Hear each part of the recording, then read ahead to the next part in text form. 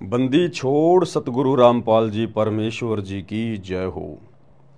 सत्साई भाई और बहनों, दया परमपिता परमेश्वर जी की, सतगुरु रामपाल जी भगवान की, जिनके विशेष आशीर्वाद से, विशेष कृपया से दास एक बार पुनः आप सभी भगत भाई बहनों के सामने अध्यात्म से संबंधित कुछ विशेष बातें जो परमात्मा दास को प्रेरणा करते हैं और जिन विशेष बातों की वर्तमान में सारी संगत को विशेष आवश्यकता है आगे बढ़ने के लिए, तो उस विषय पे हम चर्चा करेंगे। हमारे अंदर दृढ़ विश्वास पैदा होगा,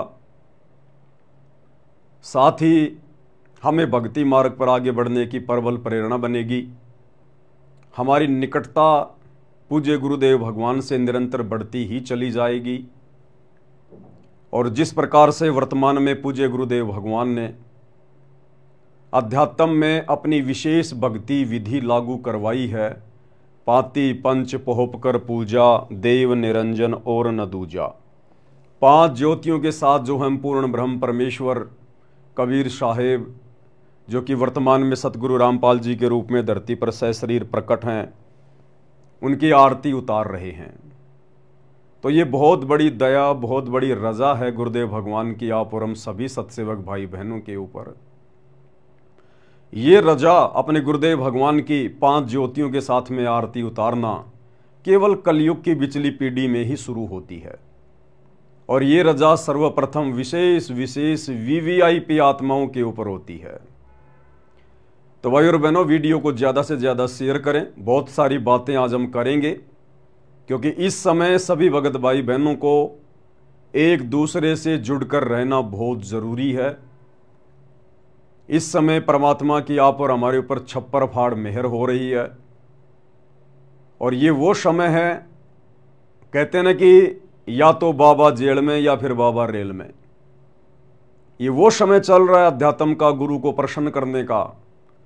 अगर हम दृढ़ता के साथ साथ संगति से जुड़े रहे और अपने गुरुदेव भगवान को प्रसन्न करने की दिशा में आगे बढ़ते रहे तो हमारा बेड़ा पार है, फिर हमारे मोक्ष में कोई चूक नहीं है। और इस समय इन आध्यात्मिक क्रियाओं को लेकर यदि किसी ऐरे गहरे नत्थु बैरे आधे अधूरे भगत के कहने से, डगमग करने से, मन में शंका पैदा करने से यदि हम जरा भी बैक हो गए, जरा भी पीछे हट गए, जरा भी मन में दोष आ गया, तो भाई और बहनों फिर कई युगों पीछे चले जाएंगे, कई युगों पीछे।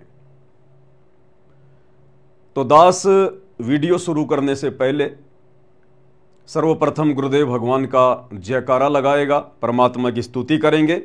उसके बाद बैठकर हम परमेश्वर जी के आशीर्वाद से आगे की चर्चा शुरू करेंगे। बंदी छोड़ सतगुरु रामपाल जी भगवान की जय हो। परमपिता परमात्मा सारी सृष्टि के रचनहार, कुल मालिक, असंख्य ब्रह्मांडों के स्वामी, जगत गुरु, तीनों लोकों में प्रवेश करके सबका भरण पोषण करने वाले, राजाधिराज, आत्माधार, नाथों के नाथ, देवों के देव महादेव, सर्वेश्वर महेश्वर, मृत्युंजय, अजरो अमर, आदि अनादि, सनातनी प्रभु, जगत पिता जगदीश्वर, श्री श्री 1008 की उपाधि के वास्तविक अधिकारी, अकाल मूरत सौद स्वरूपी राम वासुदेव, सर्वगतम ब्रह्म, परम पूज्य, प्रथम पूज्य, परम संत, परम पुरुष, परम धनी, परम दयालु, सत्य कबीर, हक्का कबीर, अल्लाहु कबीर, अल्लाहु अकबर, बाखबर, अल्लाह ताला, जगत के तारणहार, जगत के मुक्तिदाता, जगत के जगन्नाथ, हारे के सहारे, हिंदुओं के राम, मुसलमानों के अल्लाह, सिखों के वाहिगुरु, ईसाइयों के मसीह, दया के सागर दया निधि, करुणा के सागर करुणा निधि, स्वयंभू परिभू, संकट मोचन, कष्ट हरण, मंगल करण, दुख भंजन, अविगत कबीर, निर्विकार निर्विषम परमात्मा, अलय अलेख सतगुरु, आदि अनादि सतगुरु, असली मर्यादा पुरुषोत्तम, असली राम, असली कृष्ण, असली घनश्याम, असली मुरारी, राजाओं के राजा, महाराजाओं के महाराजा, शहंशाहों के शहंशाह, सम्राटों के सम्राट, भगवानों के भगवान, अल्लाहों के अल्लाह, प्रभुओं के प्रभु, मसीहाओं के मसीह, सच्चे वाहिगुरु, बाबाओं के बाबा, पीरों के पीर, सेठों के सेठ, जगत सेठ, सावड़सा सेठ, सर्वगुण संपन्न, अनंत कोटि कलाओं के स्वामी, अनंत कोटि ब्रह्मांडों के नायक, योगियों में महायोगी, ध्यानियों में महाध्यानी, सिद्धों में परम सिद्ध, ज्ञानियों में तत्व ज्ञानी, ब्रह्म ज्ञानी, महाज्ञानी, परम ज्ञानी, सर्वश्रेष्ठ ज्ञानी, विज्ञानी, युवा कबीर, समर्थ कबीर, असमवात, अमित ओझा, सच्चे रहनुमा, करीम अल्लाह, सुभान अल्लाह, दुनिया के अंतिम पैगंबर। 8 सितंबर 1951 से गांव धनाना, जिला सोनीपत, हरियाणा, भारतवर्ष की पावन भूमि पे प्रकट रियल कल्कि भगवान श्री नारायण साकार हरि श्री बाबा साहेब नूर अनंत परमात्मा, सच्चे दरवेश, सच्चे बाखबर, संत श्रोमणी सतगुरु रामपाल जी परमेश्वर जी के चरण कमल में साध संगति से जुड़े हुए देश विदेश से हम सभी सत्सेवक भाई बहनों का अनंत कोटि दंडवत प्रणाम, अनंत कोटि दंडवत प्रणाम, अनंत कोटि दंडवत प्रणाम। बंदी छोड़ सतगुरु रामपाल जी भगवान की जय हो।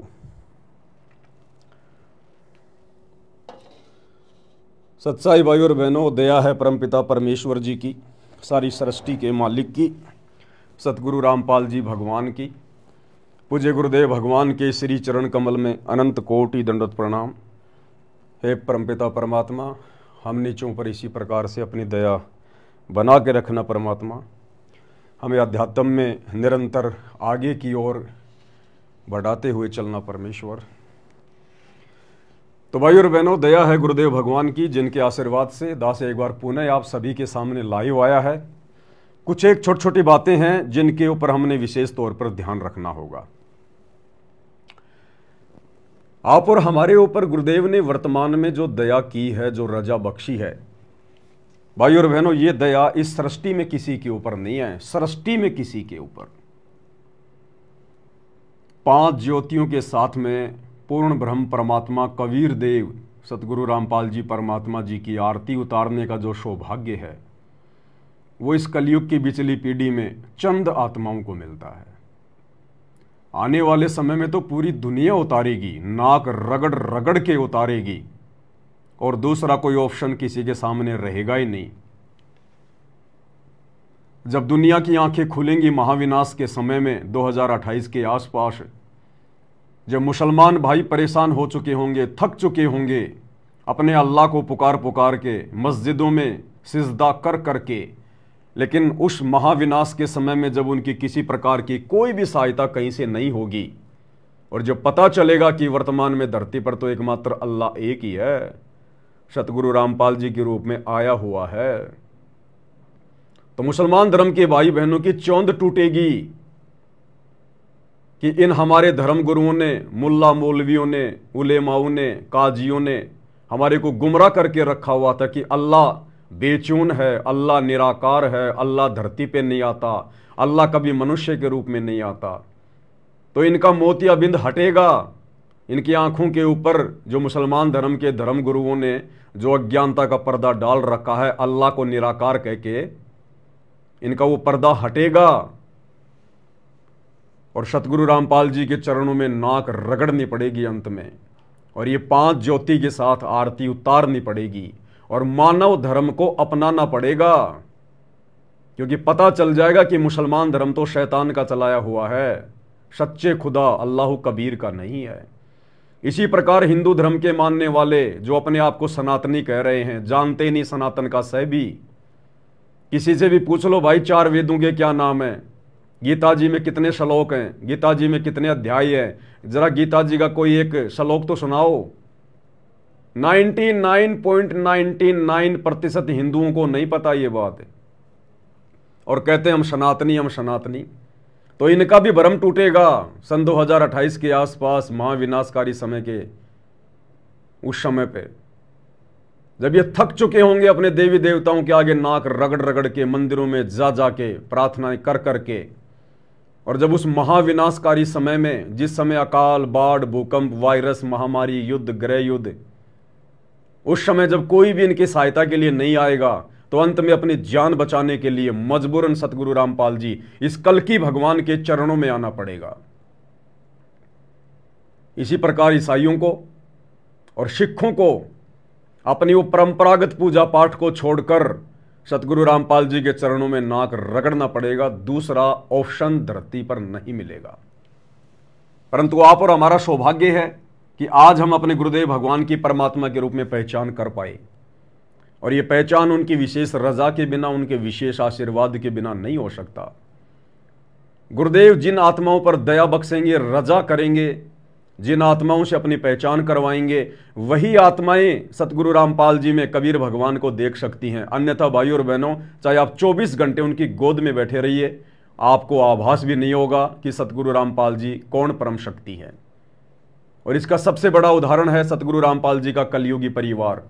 सतगुरु रामपाल जी के बेटा बेटी, भाई बंधु, रिश्तेदार, उनकी पत्नी, उनके आड़ोसी पाड़ोसी, उनके रिश्तेदार, ये कोऑर्डिनेटर, आज ये लोग अंधकार में हैं।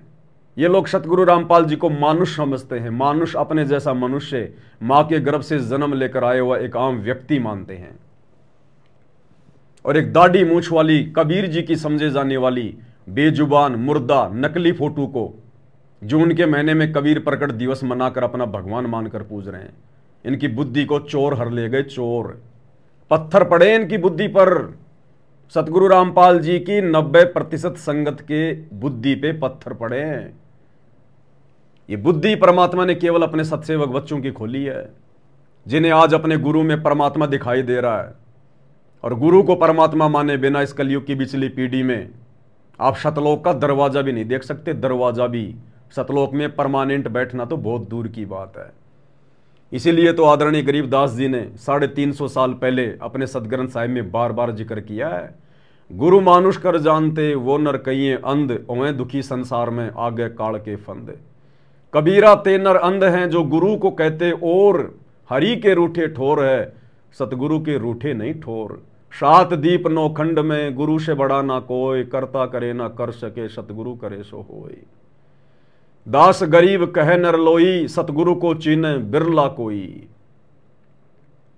कोई बिरले आत्मा होंगी जो अपने गुरु में परमात्मा के दर्शन करेंगी और हृदय से, आत्मा से अपने गुरु को ही परमपिता परमेश्वर मानकर अन्य सबको अपने घर से बाहर निकालकर केवल अपने गुरु को हृदय में बैठाकर उनकी पूजा करेंगी। हर वो आध्यात्मिक क्रिया करेंगी जो मर्यादाओं के अंदर है और जो गुरु को प्रसन्न करने वाली हैं। तो इस पृथ्वी पर आज वर्तमान में, बल्कि यूं कहिए पूरे 21 ब्रह्मांड में, केवल आप और हम चंद सत्सेवक भाई बहनों का ये भाग्य उदय हुआ है। और इस भाग्य उदय के लिए हमने गुरुदेव भगवान का बारंबार धन्यवाद करना चाहिए, दंडवत प्रणाम करना चाहिए कि हे गुरुदेव भगवान, आपने हम नीचों पर कैसे दया बख्शी। 8 अरब की जनसंख्या है पूरे विश्व की, उसमें से लाखों को आपने अपनी शरण में भी ले लिया। उन लाखों की भी अभी तक बुद्धि नहीं खुली है। 20-20 साल हो गई, 33 साल हो गई। हे गुरुदेव, आपके बेटा बेटी, भाई बंधु, रिश्तेदार, उनकी भी बुद्धि नहीं खुली अभी तक, वो भी आपको नहीं पहचान पा रहे। क्योंकि हरियाणा में कहावत है कि दीपक के नीचे हमेशा अंधेरा रहता है और घर का जोगी जोगना, बाहर का जोगी सिद्ध। 1000 किलोमीटर दूर का भगत अपने गुरु को पहचान जाएगा, अपने गुरु से डर के भक्ति करेगा, लेकिन जो गुरु के अंग संग रहते हैं, जो आसपास रहते हैं, वो गुरु को मानुष मानकर वैसा ही बर्ताव करते हैं और अंत में उनको धोखा हाथ लगता है, धोखा। तो बहुत बड़ी रजा भाइयों और बहनों, वर्तमान में देवी देवता भी खुशी के मारे झूम रहे, खुशी के मारे। क्योंकि गुरुदेव भगवान ने हमें बताया कि बच्चों, जो तुम हवन यज्ञ करते हो अपने घर पर, जो तुम ज्योति जलाते हो, इसकी सूक्ष्म वासना ऊपर देवलोक में जाती है। देवता भी बड़े प्रसन्न होते हैं, बड़े आनंदित होते हैं कि भाई ये कौन भगत आ गए धरती पर जो शास्त्र विधि अनुसार हवन यज्ञ कर रहे हैं। और अब तो परमेश्वर ने दया कर दी, गुरुदेव भगवान ने।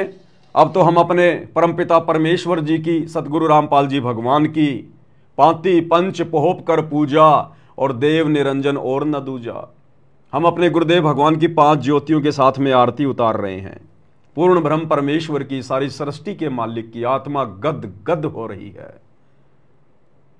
भाई और बहनों, इन्हीं क्रियाओं से परमात्मा प्रसन्न होते हैं। इन बातां के पाइए कर सतगुरु नजर निहाल और राजी कर सतगुरु रूठे नू। सतलोक से हमारी नो एंट्री हो रखी है। हमने अपने गुरुदेव भगवान को नाराज किया हुआ है, सतगुरु रामपाल जी को, इस कबीर भगवान को। अब हमने इनको प्रसन्न करना पड़ेगा। हमने हर वो आध्यात्मिक क्रिया करनी पड़ेगी जो गुरुदेव ने स्पष्ट तौर पर करने के लिए लिखी हुई है। और संध्या आरती के सरलार्थ में शुरू में ही पहली आरती हर दरबारे, तेज पुंज जहां प्राण उधारे, पांति पंच पोहप कर पूजा, देव निरंजन और न दूजा। पांति पंच पोहप कर पूजा, देव निरंजन और न दूजा। और सरलार्थ में गुरुदेव ने साफ साफ लिख दिया कि पूर्ण परमात्मा की, परमेश्वर की 5 ज्योतियों के साथ में आरती उतार कर उनकी पूजा की जाती है। आज से पहले हमारी बुद्धि पर पत्थर पड़े हुए थे, लेकिन भाइयों और बहनों, जब ठीक का समय आता है तभी परमात्मा दया करता है। और जैसे वो ठीक का समय आया तो सतगुरु रामपाल जी भगवान ने अपनी सत्सेवक आत्माओं के ऊपर रजा कर दी, मेहर बख्श दी परमात्मा ने, हमारा ज्ञान योग खोल दिया, हमें सद्बुद्धि दी परमात्मा ने, और अपनी आरती उतरवाना शुरू कर दिया गुरुदेव भगवान ने। भाई और बहनों, ये बातें आज से पहले हमारे दिमाग में क्यों नहीं आई? अगर एक आध आत्माओं के दिमाग में भी आई तो परमात्मा ने उसको लागू नहीं होने दिया, क्योंकि ठीक के समय से पहले कोई भी आध्यात्मिक क्रिया संगत में लागू नहीं होती, क्योंकि ये परमात्मा का मार्ग है। अब हमें वो सारी बातें याद आएंगी भाई और बहनों, सारी बातें। हमें पता चल गया है कि सृष्टि में परमात्मा एक ही है और कोई नहीं है, वो है कबीर देव, जो वर्तमान में हमारे गुरुदेव भगवान सतगुरु रामपाल जी के रूप में धरती पर प्रकट हैं। उनके अलावा कोई पूजा करवाने का अधिकारी नहीं, उनके अलावा कोई आरती उतरवाने का अधिकारी नहीं, उनके अलावा कोई जयकारा लगवाने का अधिकारी नहीं, उनके अलावा कोई दंड प्रणाम करवाने का अधिकारी नहीं। तो देखो किस प्रकार से गुरुदेव भगवान हमें धीरे धीरे धीरे धीरे यहां तक लेके आए हैं, और कितना विरोध किया हमारे खुद के भगत भाई बहनों ने हमारी उन आध्यात्मिक क्रियाओं को कि ये तो मनमाना आचरण कर रहे हैं। अब आपको समझ में आएगा वो मनमाना आचरण था या गुरुदेव के अनुसार आचरण था। सबसे पहले हम सत्सेवक भाई बहनों ने केवल अपने गुरुदेव भगवान की फोटो को ही अपने दरबार में रखा, अपने घर पर रखा, और बाकी जितनी भी फोटोएं थी उन सब फोटोओं को गुरुदेव भगवान ने प्रेरणा कर करके सत्सेवकों के दरबार से और घर से बाहर निकलवा दिया, क्योंकि मालिक ने अंत में अपनी आरती उतरवानी थी। और गुरुदेव भगवान की 5 ज्योति के साथ में आरती केवल उसी घर में उतर सकती है जिस घर में केवल एकमात्र सतगुरु रामपाल जी भगवान की प्रतिमा हो, केवल उन्हीं की फोटो हो। जिस घर में गुरुदेव के अलावा किसी और की फोटो है, गरीबदास जी की, दादा गुरु जी की, पंडित चिदानंद जी की, या दाढ़ी मूछ वाले नकली कबीर की, उस घर में कभी भी ये आरती सफल नहीं हो सकती, क्योंकि हमें पतिव्रता पद पर आकर इस भक्ति को सफल बनाना है। और पतिव्रता पद के लिए एकमात्र अपना पति कौन है उसकी पहचान होनी चाहिए, और पहचान होने के बाद घर के दरबार साहिब में केवल उसी का फोटो होना चाहिए, किसी दूसरे का नहीं। तो मालिक ने आगे चलकर विधिवत तरीके से अपनी आरती उतरवानी थी, उसके लिए परमात्मा ने हमें धीरे धीरे धीरे धीरे आगे बढ़ाया, और सबसे पहले सभी फोटोओं को हमारे घरों से बाहर निकलवाया। हम सत्सेवक भाई बहनों ने इन फोटोओं को फाड़ फाड़ के सोशल मीडिया पर दूसरों को भी संदेशा दिया, अपने भगत भाई बहनों को, लेकिन उनकी बुद्धि में यह बात नहीं आई, उनके माड़े भाग। तो सबसे पहले परमात्मा ने बाकी सभी फोटोओं को हटवाया, केवल गुरुदेव भगवान की फोटो ही हमने दरबार साहिब में विराजमान की। उसके बाद फिर हमने धीरे धीरे सबका जयकारा लगाना छोड़ दिया, केवल हम अपने गुरुदेव भगवान का ही जयकारा लगाते हैं, क्योंकि परमात्मा ने 5 ज्योतियों के साथ में अपनी आरती जो उतरवानी थी। और यदि हम अपने गुरुदेव की 5 ज्योतियों के साथ में आरती उतार रहे हैं और साथ में गरीबदास जी की जय, दादा गुरु जी की जय, फलाने की जय, तो यह आरती परमात्मा को स्वीकार नहीं होती। हम पतिव्रता पद पे नहीं माने जाते, इसलिए गुरुदेव भगवान ने सारे जयकारे हटवा दिए, क्योंकि परमात्मा ने यह विधि 5 ज्योति वाली ये संगत में लागू करवानी थी। बहुत विरोध हुआ, लेकिन परमात्मा ने जो करवाना था भाई वो तो करवाना ही था। उसके बाद संध्या आरती में परमात्मा ने चेंज करवाया, नई भक्ति बोध बनवाई, और पेज नंबर 61 पर जो वाणी है, नाम लिए से सब बड़े रिंचक नहीं कसूर, और गरीबदास के चरणों की मैं सिर पर डारूं धूर। परमात्मा ने यहां से गरीबदास जी का नाम हटवा दिया और नाम उन्होंने अपना खुद का वहां पर लिखवाया कि नाम लिए से सब बड़े रिंचक नहीं कसूर, सतगुरु रामपाल जी के चरणों की मैं सिर पर डारूं दूर। यदि आज हम गरीबदास जी का नाम बोल रहे होते कि गरीबदास के चरणों की मैं सिर पर डारूं धूर, और यदि हम 5 ज्योतियों से गुरु जी की आरती भी उतार रहे होते तो हमारी आरती कभी सफल नहीं होती। हम आरती उतार रहे हैं सतगुरु रामपाल जी की और कह रहे हैं कि गरीबदास के चरणों की मैं सिर पर डारूं धूर। क्यों भाई, ये तो दोगला काम हो गया, तो दोगला आचरण हो गया। आरती उतार रहे हैं भगवान सतगुरु रामपाल जी की, फिर हम गरीबदास जी के चरणों की धूर अपने सिर पर क्यों डालेंगे? गरीबदास जी हमारे परमात्मा थोड़ी हैं, हमारे स्वामी थोड़ी है। तो परमेश्वर ने वहां से गरीबदास जी का नाम हटवाया, बहुत ज्यादा विरोध हुआ, दास को जेल जाना पड़ा। बरवाड़ा थाने में सतलोक आश्रम का मीडिया प्रभारी चांद राठी सबके सामने मुझे थप्पड़ मारता है कि तूने यहां पर गरीबदास जी का नाम क्यों हटा दिया। वो इसलिए हटा दिया क्योंकि सतगुरु रामपाल जी भगवान ने हटवा दिया। क्यों? क्योंकि आज उनकी 5 ज्योति के साथ में आरती जो उतारनी थी, तो भला हम गरीबदास जी का नाम कैसे बोल सकते हैं वहां पर, जब एकमात्र परमात्मा ही सारी सृष्टि में कबीर देव सतगुरु रामपाल जी हैं।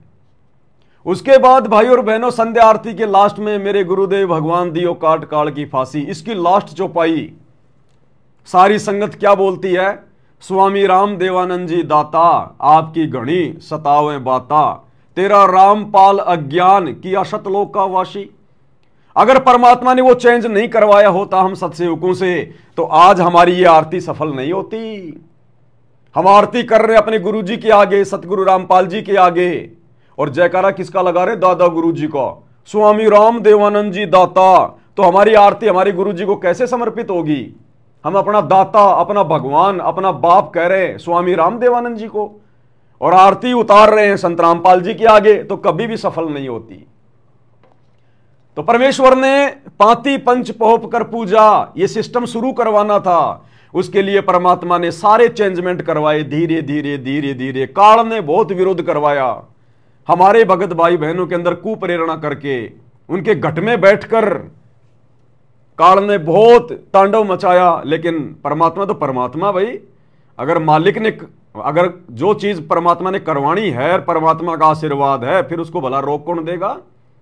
तो हम सभी भगत भाई बहनों ने संध्या आरती से लास्ट की लाइन को चेंज कर दिया, और क्या क्या रखा? परमेश्वर सतगुरु रामपाल जी दाता आपकी घनी अमोलख बाता। परमेश्वर सतगुरु रामपाल जी दाता आपकी घनी अमोलख बाता।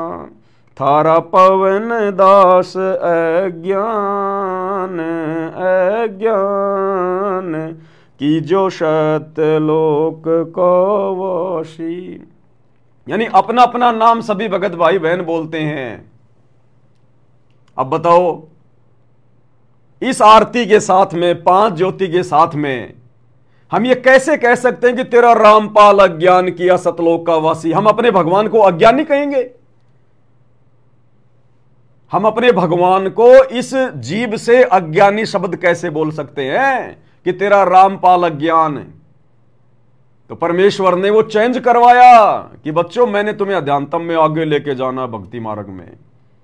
परमात्मा ने हमें कॉमन सेंस बख्शी, हमें सद्बुद्धि बख्शी। जीव के बस की बात नहीं है, किसी पवन दास के बस की बात नहीं है, क्योंकि परमात्मा ने अपनी विधिवत आरती शुरू करवानी थी। अरे दादा गुरु जी हमारे दाता थोड़ी है, हमारे स्वामी थोड़ी, हमारे भगवान थोड़ी हैं। हम क्यों बोलेंगे उनको? स्वामी राम देवानंद जी दाता आपकी घनी सतावे बाता। कौन सी बातें सताएंगी हमें? हमने तो कभी उनकी शक्ल भी नहीं देखी, हम तो कभी उनसे मिले भी नहीं, हमने तो कभी उनके सत्संग भी नहीं सुने। फिर हमें भला उनकी कौन सी बातें सताएंगी? और वो हमारे दाता कहां से हो गए? ना उन्होंने हमें ज्ञान दिया, ना कोई नाम दिया, वो हमारे दाता कहां से हो गए? तो भाई और बहनों, वो वाणी पूज्य गुरुदेव जी गुरु शिष्य परंपरा का निर्वाह करते हुए, और जो उन्होंने आदरणीय राम देवानंद जी को 17 फरवरी 1988 को जो मुंह बोला गुरु बनाया था, लोक दिखावे में आप और हमें पाठ पढ़ाने के लिए कि अपने गुरु के प्रति शिष्य ने कितना अधीन होना चाहिए, तो गुरुदेव भगवान अपने मुंह बोले गुरु जी को ऐसा कह रहे हैं कि स्वामी राम देवानंद जी दाता आपकी घनी सतावे बाता, तेरा रामपाल अज्ञान की सतलोक का वासी। लेकिन हमारे गुरु जी कौन है? दादा गुरुजी नहीं है, हमारे गुरुजी सतगुरु रामपाल जी हैं। तो हम अपने गुरुजी के लिए बोलेंगे यहां पर कि परमेश्वर सतगुरु रामपाल जी दाता, आपकी घोड़ी अमोलक बाता और थारा पवन दास अज्ञान की ओ सतलोक का वासी। तब ये आरती सफल होगी।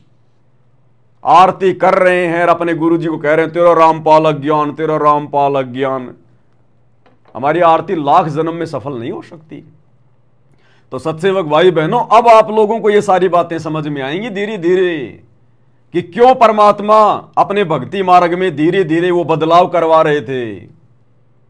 आज आपको समझ में आ रहा होगा, क्योंकि परमात्मा ने अंत में हमारे हृदय में बैठ के परमात्मा के रूप में, और ये पाती पंच पोप कर पूजा, देव निरंजन और न दूजा, परमात्मा ने अपनी पंच ज्योति वाली आरती उतरवाणी थी। आरती इसमें हम किसी और को शामिल नहीं कर सकते, ना गरीबदास जी को, ना चिदानंद जी को, ना दाढ़ी मूछ वाले नकली कागज के टुकड़े उस कबीर को, ना गरीबदास जी को, ना दादा गुरु जी को। अपने गुरु के अलावा इस आरती में हम किसी और का जयकारा नहीं लगा सकते। इस आरती के समय हम अपने गुरुदेव के अलावा दरबार में किसी और की फोटो नहीं रख सकते, अन्यथा यह आरती परमात्मा को स्वीकार नहीं होगी कभी भी। तो कितनी बड़ी रजा, कितनी बड़ी मेहर गुरुदेव भगवान ने आप और हमारे ऊपर बख्शी। और आने वाले समय में यह संगत खून के आंसू रोएगी। देखो, दुनिया तो अपने भाग्य के अनुसार जैसा भी उनके भाग्य में अपना भोगेगी आने वाले समय में, विनाशकारी समय में।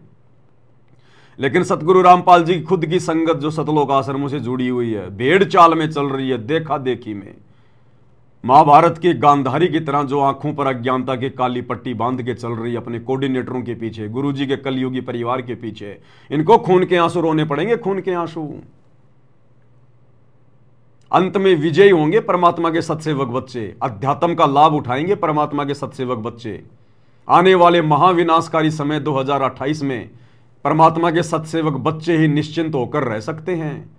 बाकी ये जितने भी भगत हैं जो सतलोक आश्रमों से जुड़े हुए हैं, जिनकी सबकी मर्यादा खंडित है, जो गुरु को मानुष मानते हैं, आप देख रहे हैं इनका कितना बुरा हाल होगा। ये सब छोड़ छाड़ के भाग जाएंगे भक्ति उस समय, ये क्योंकि सारे पंचर हैं, पंचर। इनके अंदर वो पावर नहीं है भक्ति की शक्ति नहीं है इनके अंदर, गुरु का आशीर्वाद नहीं है इनके साथ में, केवल इनकी बैटरी चल रही है। कितने दिन चलेगी बैटरी? और दूसरी बात भाई और बहनों, गुरु को मानुष मानने वाला कभी भी भक्ति मार्ग पर सफल नहीं हो सकता, कभी भी।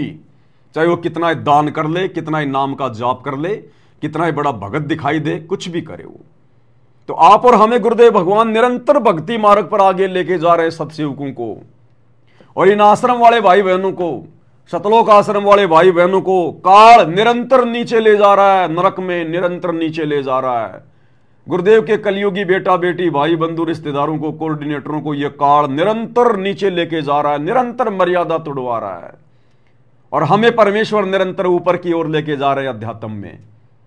अब इसका एक जीता जागता सबूत आपको दिखाता हूं। आज ही वीडियो आया है, हरियाणा के रोहतक के किलोई गांव में बास्केटबॉल का टूर्नामेंट चल रहा है, बास्केटबॉल का।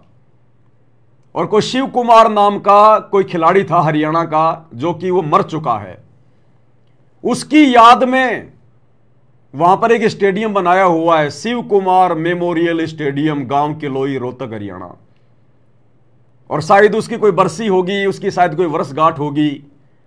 उसके उपलक्ष्य में, उसकी याद में हरियाणा के लोग वहां पर बास्केटबॉल का टूर्नामेंट करवा रहे हैं, खेल हो रहा है बास्केटबॉल का। सतलोक आश्रम मैनेजमेंट हरियाणा ने, गुरुजी के कलयुगी परिवार ने वहां जाकर भंडारा लगा दिया, गुरुदेव के परिवार ने वहां जाकर भंडारा लगा दिया। भाई और बहनों, परमात्मा की वाणी है, हिंदू हदीरे पूज ही और मुस्लिम पूजे घोर, दोनों दीन की अकल को ले गए हैं चोर। गुरुदेव ने हमें प्रथम नियम में साफ साफ मना किया है, प्रथम नाम देते समय जो नियम दिए जाते हैं 11, कि हमने किसी की समाधि नहीं पूजनी, हमने किसी की समाधि वगैरह नहीं पूजनी है।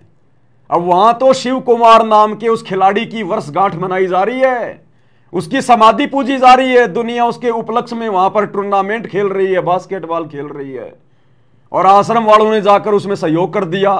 अरे हमारा लेना देना क्या था वहां पर? दुनिया भाड़ में जाए, चाहे कबड्डी खेले, चाहे बास्केटबॉल खेले, चाहे किसी जिंदा के ऊपर खेले, चाहे किसी मुर्दा के ऊपर खेले।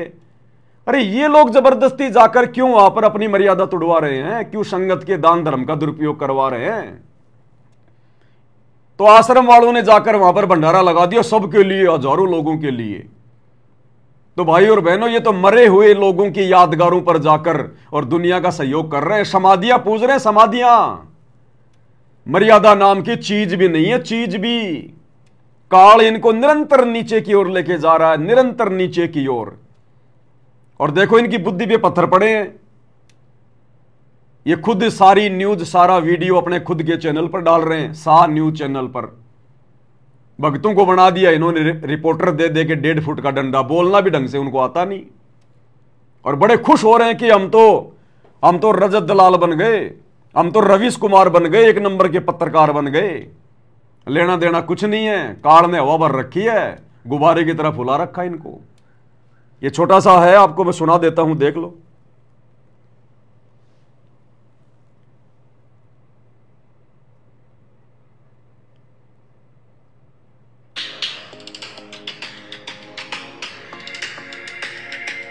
नमस्कार दर्शकों, मैं सुनील कुमार, एसए न्यूज हरियाणा से। आप सभी जानते हैं कि हरियाणा प्रदेश ने देश को काफी लाल दिए हैं, जो कि मशहूर खिलाड़ी हुए हैं, इंटरनेशनल खिलाड़ी हुए हैं। ऐसे ही रोहतक जिले से, गांव कलोई से एक इंटरनेशनल खिलाड़ी हुए हैं, शिव कुमार जी।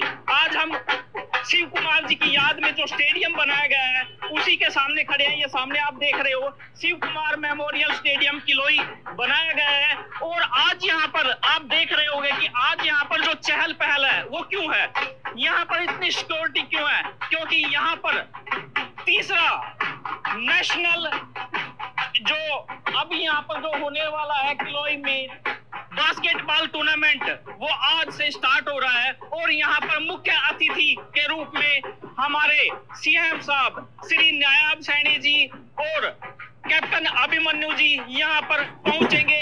एक तो आज हमारे सीएम साहब इस टूर्नामेंट को देखने के लिए यहाँ पर अपना जो भी सहयोग है वो करने के लिए आ रहे हैं। दूसरी तरफ आप सामने देख भी रहे होंगे कि यहाँ पर आपने आज तक संत रामपाल जी महाराज की तस्वीरें उनके आश्रमों में देखी होंगी, लेकिन आज यहाँ स्टेडियम में क्या कर रही हैं, तो यह भी खुलासा हम आज आपको दिखाएंगे कि आखिरकार यहाँ पर संत रामपाल जी महाराज की इतनी तस्वीरें क्यों लगाई गई है। तो दर्शकों, हम बात कर रहे थे संत रामपाल जी महाराज की, यहाँ पर काफी जगह पर तस्वीरें दिख रही है हमें। आखिरकार संत रामपाल जी महाराज की तरफ से क्या योगदान किया जा रहा है इस टूर्नामेंट में, तो आइए हम यहाँ पर उपस्थित इन श्रद्धालुओं से भी बातचीत करते हैं। नमस्कार सर, जैसे कि यहाँ पर तो खिलाड़ी पहुंचे हुए हैं और संत रामपाल जी महाराज एक आध्यात्मिक गुरु है, तो संत रामपाल जी महाराज के द्वारा सत्संग नहीं होगा जी। यहाँ जी जो अपने ये आ रहे हैं ना, अपने पहलवान आ रहे हैं, इनके लिए खाने का भंडारा संत रामपाल जी महाराज ने कर रखा है जी। तो हमने सुना है कि यहाँ पर अभी देखा है तस्वीर में कि ये टूर्नामेंट 3 दिन तक चलेगा, तो क्या आपकी यहाँ 3 दिन तक ऐसे ही व्यवस्थाएं आप बनाकर रखोगे? हाँ जी, भंडारे 3 दिन ऐसे ही व्यवस्था रहेगी और सेवादार भी गुरु जी की तरफ से आश्रम के रहेंगे। तो यहाँ की व्यवस्था कैसे बना? काफी है भाई और बहनों, काल निरंतर इनको नीचे लेके जा रहा है, निरंतर नीचे, इनकी कमर तोड़ने के लिए। आने वाले महाविनाशकारी समय में किसी भी प्रकार से गुरुदेव भगवान इन आश्रम वालों की, अपने परिवार की, इस लाखों की भीड़ की कोई मदद ना कर सके, काल हर प्रकार से इनको खंडित कर देगा, तब तक हर प्रकार से खंडित है। अब बताओ क्या मतलब था इनका वहां पर फटे में जाकर पैर अड़ाने का? अरे दुनिया भाड़ में जाए, वो क्या खेल रही है, क्या खा रही है, क्या पी रही है। गुरुदेव तो बार बार हिसार जेल से संदेशा भेज रहे, बच्चों संसार की तरफ से आंखें बंद कर लो, बच्चों भूल जाओ संसार को, आगे बढ़ो, अपने परमात्मा के चरणों से चिपट जाओ। और ये राजनेताओं के चरणों से चिपट रहे, दुनियादारी में ज्यादा घुस रहे हैं। क्या मतलब था इनको भंडारा लगाने का उस खिलाड़ी की यादगार में वहां पर? अब बताओ, ये तो मुर्दों को पूज रहे हैं, मुर्दों की यादगारों को ताजा कर रहे हैं। क्या लेना देना भैया में? दुनिया भर के लोग हैं ऐसे। तो काल भाई और बहनों, इनकी बुद्धि पे बैठा हुआ है, आश्रम वालों की बुद्धि के ऊपर। और आप और हमें देखो किस प्रकार से परमात्मा निरंतर अध्यात्म में आगे की ओर बढ़ा रहे हैं। तो भाई और बहनों, जो भी जानकारियां होंगी दास आपको देता रहेगा, क्योंकि मेरी तो ड्यूटी भगवान ने इसी बात की लगाई है। अब आज हम आगे बात करेंगे और कैसे हम गुरुदेव के आशीर्वाद से अध्यात्म में निरंतर आगे की ओर जो है वो बढ़ सकते हैं। तो कुछ एक बातें हैं सभी भाई बहनों को बतानी बहुत जरूरी है। सबसे पहली बात तो भाई और बहनों, अब हमने संसार की तरफ से बिल्कुल आंखें बंद कर लेनी है, हमने भगतों की तरफ से भी आंखें बंद कर लेनी है। कौन से भगत? जो शतलोक आश्रमों से जुड़े हुए भगत है। वो क्या कहते हैं, क्या कहेंगे, हमने कुछ नहीं सुनना, कुछ नहीं देखना, क्योंकि हम जान चुके हैं उनको एडी से चोटी तक। वो खुद कितने मर्यादा में हैं, वो खुद कितने भगत हैं, फिर भला वो हमें क्या शिक्षा देंगे। तो हमने उनकी तरफ से आंखें बंद कर लेनी है। अब आगे का समय है भक्ति का। अब हमें भक्ति बचाएगी, भक्ति। तो सबसे पहली बात भाई और बहनों, ये जो 5 ज्योति के साथ में परमात्मा ने जो अपनी आरती उतरवाने की प्रक्रिया भक्ति मार्ग में शुरू जो करवाई है, ये हमारी कैसे सफल होगी, हमने किन किन बातों का ध्यान रखना पड़ेगा। कुछ एक बातें जानना बहुत जरूरी है। अब देखो भाई और बहनों, हम परमेश्वर की 5 ज्योतियों के साथ में आरती उतार रहे हैं। तो सबसे पहला जो पॉइंट है वो है नियम, मर्यादा।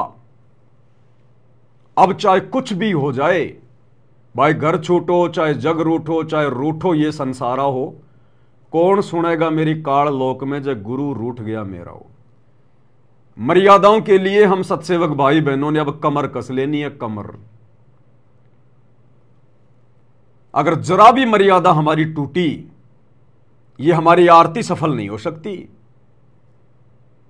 ये 5 ज्योति वाली आरती हमारी सफल नहीं हो सकती अगर मर्यादा तोड़ के यदि हम ये आरती करने की फॉर्मेलिटी करेंगे। तो हम भगवान को धोखा नहीं दे सकते, हम खुद को धोखा दे रहे हैं, खुद को। तो मर्यादाओं के लिए कमर कस लो, कमर। जो जो नियम गुरुदेव ने हमें बता दिए, कुछ भी हो जाए निभाएंगे तो निभाएंगे। परमात्मा से प्रार्थना करेंगे नाक रगड़ रगड़ के। चाहे किसी का पति रूठे तो रूठे, किसी की पत्नी रूठे तो लाख बार रूठे, किसी की पत्नी घर छोड़कर जाए तो लाख बार जाए, किसी का जो है पति जाए तो लाख बार जाए, किसी के सास ससुर नाराज हों, किसी के माता पिता नाराज हों तो लाख बार हो जाए। अब भक्ति करेंगे तो भगवान को प्रसन्न करने के लिए करेंगे, घर परिवार को, रिश्तेदारों को, समाज को प्रसन्न करने के लिए नहीं करेंगे कुछ भी। अपने परमेश्वर के वचन को प्रथम महत्व देंगे, अन्य किसी के भी भक्ति विरुद्ध वचन को महत्व नहीं देंगे। आप घर में रह रहे हैं, परिवार में रह रहे हैं, ससुराल में रह रहे हैं,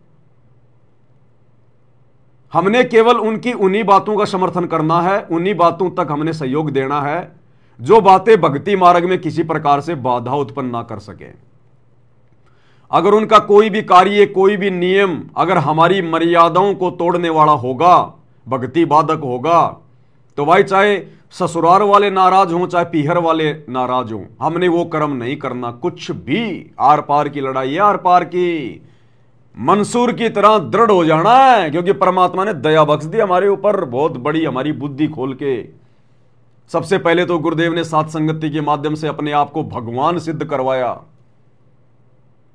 और उसके बाद परमेश्वर ने वो आध्यात्मिक क्रिया शुरू करवा दी जिसको 30 साल तक सारी संगत केवल तोते की तरह बोल रही थी, पाती पंच पोप कर पूजा, देव निरंजन और न दूजा, लेकिन समझ कोई नहीं पा रहा था। अब परमेश्वर ने हमारी बुद्धि खोली, ज्ञान योग खोला, और आज 5 ज्योतियों के साथ में आरती उतरवानी शुरू कर दी। और ये आरती सफल होगी मर्यादाओं के साथ में। तो मर्यादाओं के साथ में भाई और बहनों कोई समझौता नहीं किसी प्रकार का। असंख्य जन्म हो गए, असंख्य युग बीत गए, हमने रिश्तेदारों को प्रसन्न किया, परिवार को प्रसन्न किया। आज ना वो रिश्तेदार हमारे साथ में, ना वो परिवार हमारे साथ में। कोई कहीं पे जो है गधा बन के घूम रहा है, कोई कहीं पे जो है कुत्ता बन के घूम रहा है, कोई लक 84 में पड़ा है, कोई नरक में सड़ रहा होगा। क्या काम आया हमारे वो कुल परिवार जिन्होंने हमेशा हमारी भक्ति में बाधाएं उत्पन्न की। अब हमने परमेश्वर को प्रसन्न करना है, गुरुदेव भगवान को प्रसन्न करना है, और ये अगर प्रसन्न हो गए तो लक 84 मिटेगी, नरक का कष्ट मिटेगा, सदा सदा के लिए हमारा मोक्ष होगा, सतलोक में अखंड सुख भोगने के लिए परमात्मा बैठा देगा। और गुरुदेव भगवान भी अपनी वाणी में कहते हैं कोटि शीश तूने दे दिए यम राजा की फेंट, कि बच्चों तुमने करोड़ों शीश दे दिए, अपने करोड़ों शीश कभी लक 84 में पढ़कर, गधा कुत्ता सुअर बनकर, बकरा बनकर, मुर्गा बनकर इस काल ने तेरे शीश कटवाए। करोड़ों शीश तूने दे दिए यम राजा की फेंट, फेंट यानी झटके से लेता है, जबरदस्ती। और एक शीश दे के देख ले सतगुरु अपने की भेंट, कि तू एक सिर अपना अपने सतगुरुदेव भगवान के चरणों में ज्ञान को आधार बना के समर्पित कर दे। सतगुरु को शीश देने का मतलब है मर्यादाओं में रहकर भक्ति कर, चाहे कितना ही संघर्ष क्यों ना करना पड़े। फिर देख उस एक शीश के बदले में मैं तुझे क्या दूंगा। ये काल जो तूने इसको करोड़ों शीश दे दिए, फिर भी तुझे इसने कुछ नहीं दिया धोखे के अलावा। और एक शीश अपने गुरुदेव को समर्पित करके देख कि ये जीवन मेरा आगे का मेरे गुरुजी के लिए, संसार कुछ नहीं है मेरे लिए, ये तो जेल है, जेल सतलोक की। मैं तो कष्ट भोग रहा हूं यहां पर, राजा बन के भी, महाराजा बन के भी, देवता बन के भी। यहां तो पाप और पुण्य दोनों हमारे लिए घातक है, घातक। पाप कर्मों से तो आदमी वैसे दुखी, और पुण्य कर्मों से वो राजा बनेगा, राजा बन के पाप कमाएगा, अगले जन्म में गधा बनेगा। वो पुण्य भी हमारे लिए जेल है। तो ये शीश हमने अपने गुरुदेव को समर्पित करना है, ये जीवन अपने गुरुदेव को समर्पित करना है। मर्यादा नहीं तोड़ेंगे तो नहीं तोड़ेंगे। अनजाने में टूट गई, परमात्मा माफ करेगा। अब हम किसी का कोई दबाव नहीं मानेंगे, और फिर हमारे साथ हमारा भगवान रहेगा। जब हम इतने दृढ़ हो जाएंगे ना मर्यादाओं के लिए, गुरुदेव को प्रसन्न करने के लिए, परमात्मा शीश पे आके बैठ जाएगा, अपने बच्चे के शीश पे आके। घनघोर घटा परमात्मा ऐसे टाल देगा उन संकटों को एक सेकंड में। हमने दृढ़ विश्वास बना के रहना है। तो यह सबसे पहला नियम है, तब हमारी ये आरती परमात्मा स्वीकार करेगा, सुबह के नित्य नियम के समय, संध्या आरती के समय। अन्यथा हमारी आरती सफल नहीं हो सकती। अगर जरा भी मटके में छेद हो गया, जरा भी मटके में छेद हो गया, आप पानी डालते रहो, पानी नीचे से निकलता रहेगा, अंत में प्यासा मरना पड़ेगा, प्यासा। तो जरा भी मर्यादा टूट गई तो वही भक्ति मार्ग में फिर हमारी कमाई जो है वो निकलती रहेगी। ये सूक्ष्म खेल है सारा का सारा। दूसरी बात भाई और बहनों जो बहुत ज्यादा इंपॉर्टेंट है, जब भी हम अपने प्रभु की आरती उतारें, अपने गुरुदेव भगवान की, अपने परमेश्वर की, सुबह के समय अगर आप नहा सकते हो तो बहुत अच्छी बात है, नहीं नहा सकते हो तो अपना हाथ मुंह धो के अच्छे से उसके बाद। और दोनों समय, क्योंकि दोपहर को हमने ये 5 दीपक वाली आरती जला के आरती नहीं करनी है, सुबह और शाम, सुबह के नित्य नियम के समय और शाम को संध्या आरती के समय।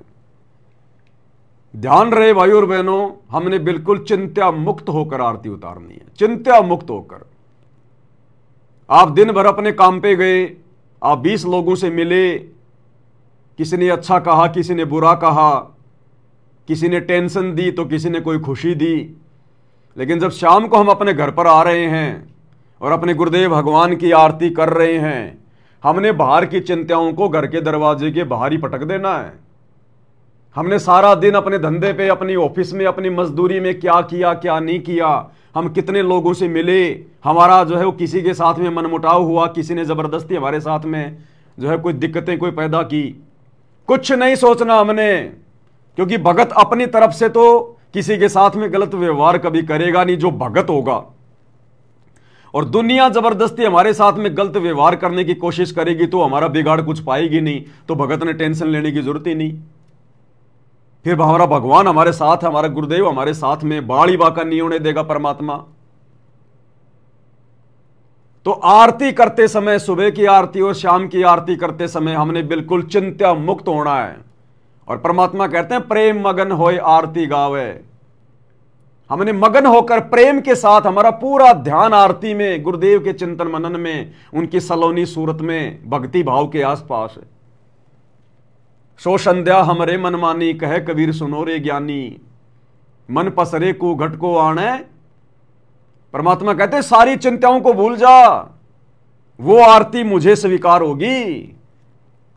तो आरती उतार रहा अपने गुरुदेव की, अपने गुरुदेव की आरती उतार रहा है, और तेरा ध्यान भग रहा है तेरे धंधे पे, तेरी ऑफिस में, तेरी लेबर के अंदर, या किसी और काम के अंदर, या किसी और चिंता के अंदर तू फंसा हुआ है, तो तेरा ध्यान कहां है?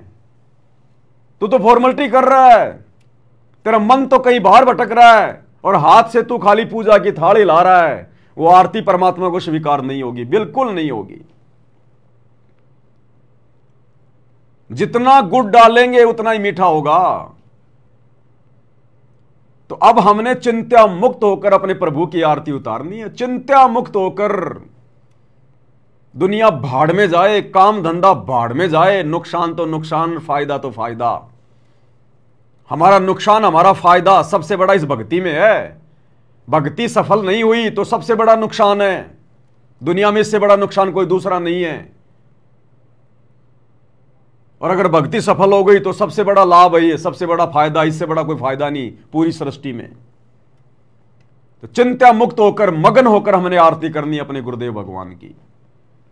बाहर की चिंता बाहर, काम धंधे की चिंता काम धंधे तक सीमित है। अब हमने गुरु को प्रसन्न करना है। हमने दुनिया को बहुत प्रसन्न कर लिया, हमने हमारे बॉस को बहुत प्रसन्न कर लिया, ऑफिस का काम ऑफिस तक। इसके बाद नहीं भाई, घर पे फोन नहीं आना चाहिए, सेठ जी ध्यान रख लेना। तो चिंता मुक्त होकर, इसके अलावा जब हम आरती करना शुरू करें तो भाई ये जो अपने मोबाइल वगैरह है ना, इनको बिल्कुल बंद, या तो बंद कर दो या इनको फ्लाइट मोड पे लगा दो और इनको उल्टा करके रख दो, उल्टा करके, ताकि हमें किसका फोन आ रहा है वो भी ना दिखाई दे, वो भी ना पता चले हमें, हमारा ध्यान बिल्कुल ना भटके। आरती उसी भगत की सफल होगी जो भगत आरती के समय केवल आरती का ही काम करेगा। बीच में फोन आ रहा है, आप बात कर रहे हो, हाँ हाँ ठीक है ठीक है ठीक है, मैं आरती कर रहा हूं, बाद में फोन करूंगा, यह भी नहीं बोलना। उठाना ही नहीं है इसको, भूल जाओ कि मेरे पास में मोबाइल है। फ्लाइट मोड पे लगा दो, स्विच ऑफ कर दो, उल्टा करके रख दो, इसकी रिंगटोन बंद कर दो, नो डिस्टरबेंस, हमें कोई व्यवधान नहीं चाहिए। काम धंधा बड़ा नहीं है भगवान की आरती से, भगवान की भक्ति से।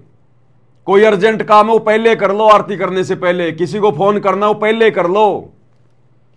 सुबह की 1 घंटे की आरती, शाम की 1.25 घंटे की आरती, बिल्कुल बंद मोबाइल। कोई अर्जेंट काम है अपना पहले कर लो। दास सेवा में था, कल आते समय एक भगत भाई के घर पे आ गया और सोचा भाई चलो यहां कर लेते हैं परमात्मा की आरती। आरती करनी है मालिक की। हाथ मुंह धोके परमात्मा की ज्योतियां जलाई, आरती उतारना शुरू कर दिया। शुरू में दास ने ले ली थाल हाथ में परमात्मा की, दास मालिक की आरती उतारने लग गया। अब बीच में भगत जी फिर डिस्टर्ब करने लग गए। मोबाइल उन्होंने बंद नहीं किया। कभी बीच बीच में ऑटो बुक कर रहे हैं, कभी बीच बीच में फोन उठा रहे हैं। तो उनकी भी आरती है सफल और साथ में दूसरे का भी ध्यान भटका रहे हैं। तो वो आरती भी परमात्मा स्वीकार नहीं करेगा। वो अंतर्यामी, वो देख रहा भाई, हम फॉर्मेलिटी नहीं कर रहे, सामने कोई फोटो थोड़ी रखी है। अगर ये पूजा की थाल हमने हाथ में उठा ली तो ये ना सोचिए कि सामने संत रामपाल जी की फोटो है। सतगुरु रामपाल जी साक्षात विराजमान है, साक्षात, वरना ये आरती हमारी सफल नहीं हो सकती। पांति पंच पोप कर पूजा, अगर गुरुदेव भगवान साक्षात सूक्ष्म रूप में आकर विराजमान ना हो तो ये आरती हमारी सफल नहीं हो सकती। ये फोटो के आगे थोड़ी कर रहे हैं हम। फोटो तो केवल एक माध्यम है ताकि हमारी याद बनी रहे। हम फोटो की पूजा नहीं कर रहे, हम मूर्ति पूजा नहीं कर रहे। मूर्ति केवल एक यादगार है। कबीरा दर्शन साधु का, मुख पर बसे सुहाग, दर्श उन्हीं को होते हैं जिनके पूर्ण भाग। हमने फोटो के आगे आरती नहीं लानी है। हमने ये देखना है सामने मेरे गुरुदेव भगवान विराजमान है सूक्ष्म रूप में। अनंत कोटि ब्रह्मांडों के स्वामी, अनंत कोटि कलाओं के स्वामी, जितने मर्जी रूप बना ले गुरुदेव भगवान। गरीब सब पदवी के मूल हैं, सकल सिद्धि हैं तीर, और दास गरीब सतपुरुष भजो अविगत कला कबीर। ये काल 21 ब्रह्मांड का स्वामी 1000 कला का स्वामी है, भगवान है। ये 1000 रूप बना सकता है एक बार में। अक्सर पुरुष 10,000 कलाओं का स्वामी है, एक बार में वो 10,000 रूप बना सकता है।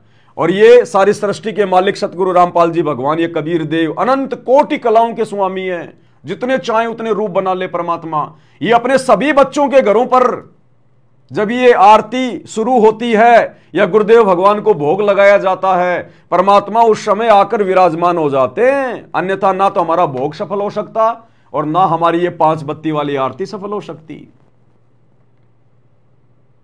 तो हमने कुछ नहीं ये सोचकर कि सामने गुरुदेव बैठे, उसके बाद चाहे किसी प्रधानमंत्री का फोन क्यों ना आ जाए, भैया बाद में तो बाद में, कोई डिस्टरबेंस नहीं किसी प्रकार का। घर में कोई मर रहा है, कोई पैदा हो रहा है, हमने देखना ही नहीं है। पैदा होने वाले को भी यही संभालेगा और मरने वाले को भी यही देखेगा। आरती के समय कुछ नहीं भाई, ये विशेष तौर पर ध्यान रखना, नहीं तो हम परमात्मा के दोषी बनेंगे। तो कल मेरी भी ढंग से आरती नहीं हो पाई और उनकी तो आरती ढंग से होनी कहीं थी, कहां थी।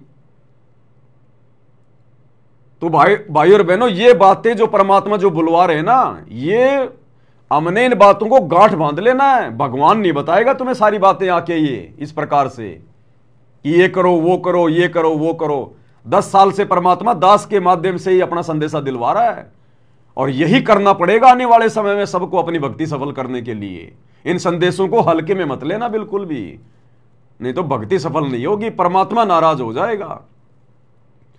अरे किसी मुख्यमंत्री ने आपको मीटिंग में बुलाया है और आप 20 आदमी या जो 10 आदमी हैं मैन आप मुख्यमंत्री के सामने मीटिंग में बैठ गए। मीटिंग हो गई शुरू और मुख्यमंत्री उधर से आपको भाषण दे रहा है, आपको कुछ समझा रहा है, और उस मीटिंग में यदि कोई आदमी बीच में मोबाइल आ गया और उस मोबाइल को उठा के हाँ जी वो टेम्पो बुक हो गया, ठीक है जी हो गया, वो OTP आ गया ना, आ गया। सोचो मुख्यमंत्री का क्या रिएक्शन होगा। इतनी इंपॉर्टेंट मीटिंग चल रही है और बीच में आदमी मोबाइल से बातें कर रहा है, वो अपनी बेइज्जती समझता है मुख्यमंत्री कि इसको मेरा कोई डर ही नहीं है, इसको मेरी कोई जोहमल की वो चिंता ही नहीं है इसको, ये मुझे नॉर्मल आदमी समझ रहा है क्या। मैं यहां पर इतनी गहन मीटिंग कर रहा हूं, इतनी अच्छी बातें बता रहा हूं और ये बीच में, ये बिल्कुल ही सीरियस नहीं है, ये बीच में बात कर रहा है। उसी समय मीटिंग से बाहर कर देगा और अपने दिल से उतार देता वो मुख्यमंत्री उसको कि ये बड़ा निकम्मा आदमी है, इसको जरा भी इसको शर्म नहीं है। और भाई और बहनों, हमारे सामने कौन होते हैं जब हम आरती करते हैं परमात्मा की? मुख्यमंत्री। तो उनके आगे कुछ लगता भी नहीं है। 21 ब्रह्मांड का स्वामी ज्योति निरंजन ब्रह्मा विष्णु महेश 33 करोड़ देवी देवता उनके चरणों की धूल के बराबर भी नहीं है। हम उस मुख्यमंत्रियों के मुख्यमंत्री सतगुरु रामपाल जी भगवान की आरती उतारते हैं और यदि हम बीच में डिस्टर्ब करेंगे तो भगवान कुछ नहीं कहेगा, वो प्रकट होके नहीं कहेगा कि देख तू ये क्या कर रहा है, बीच में बात क्यों कर रहा है।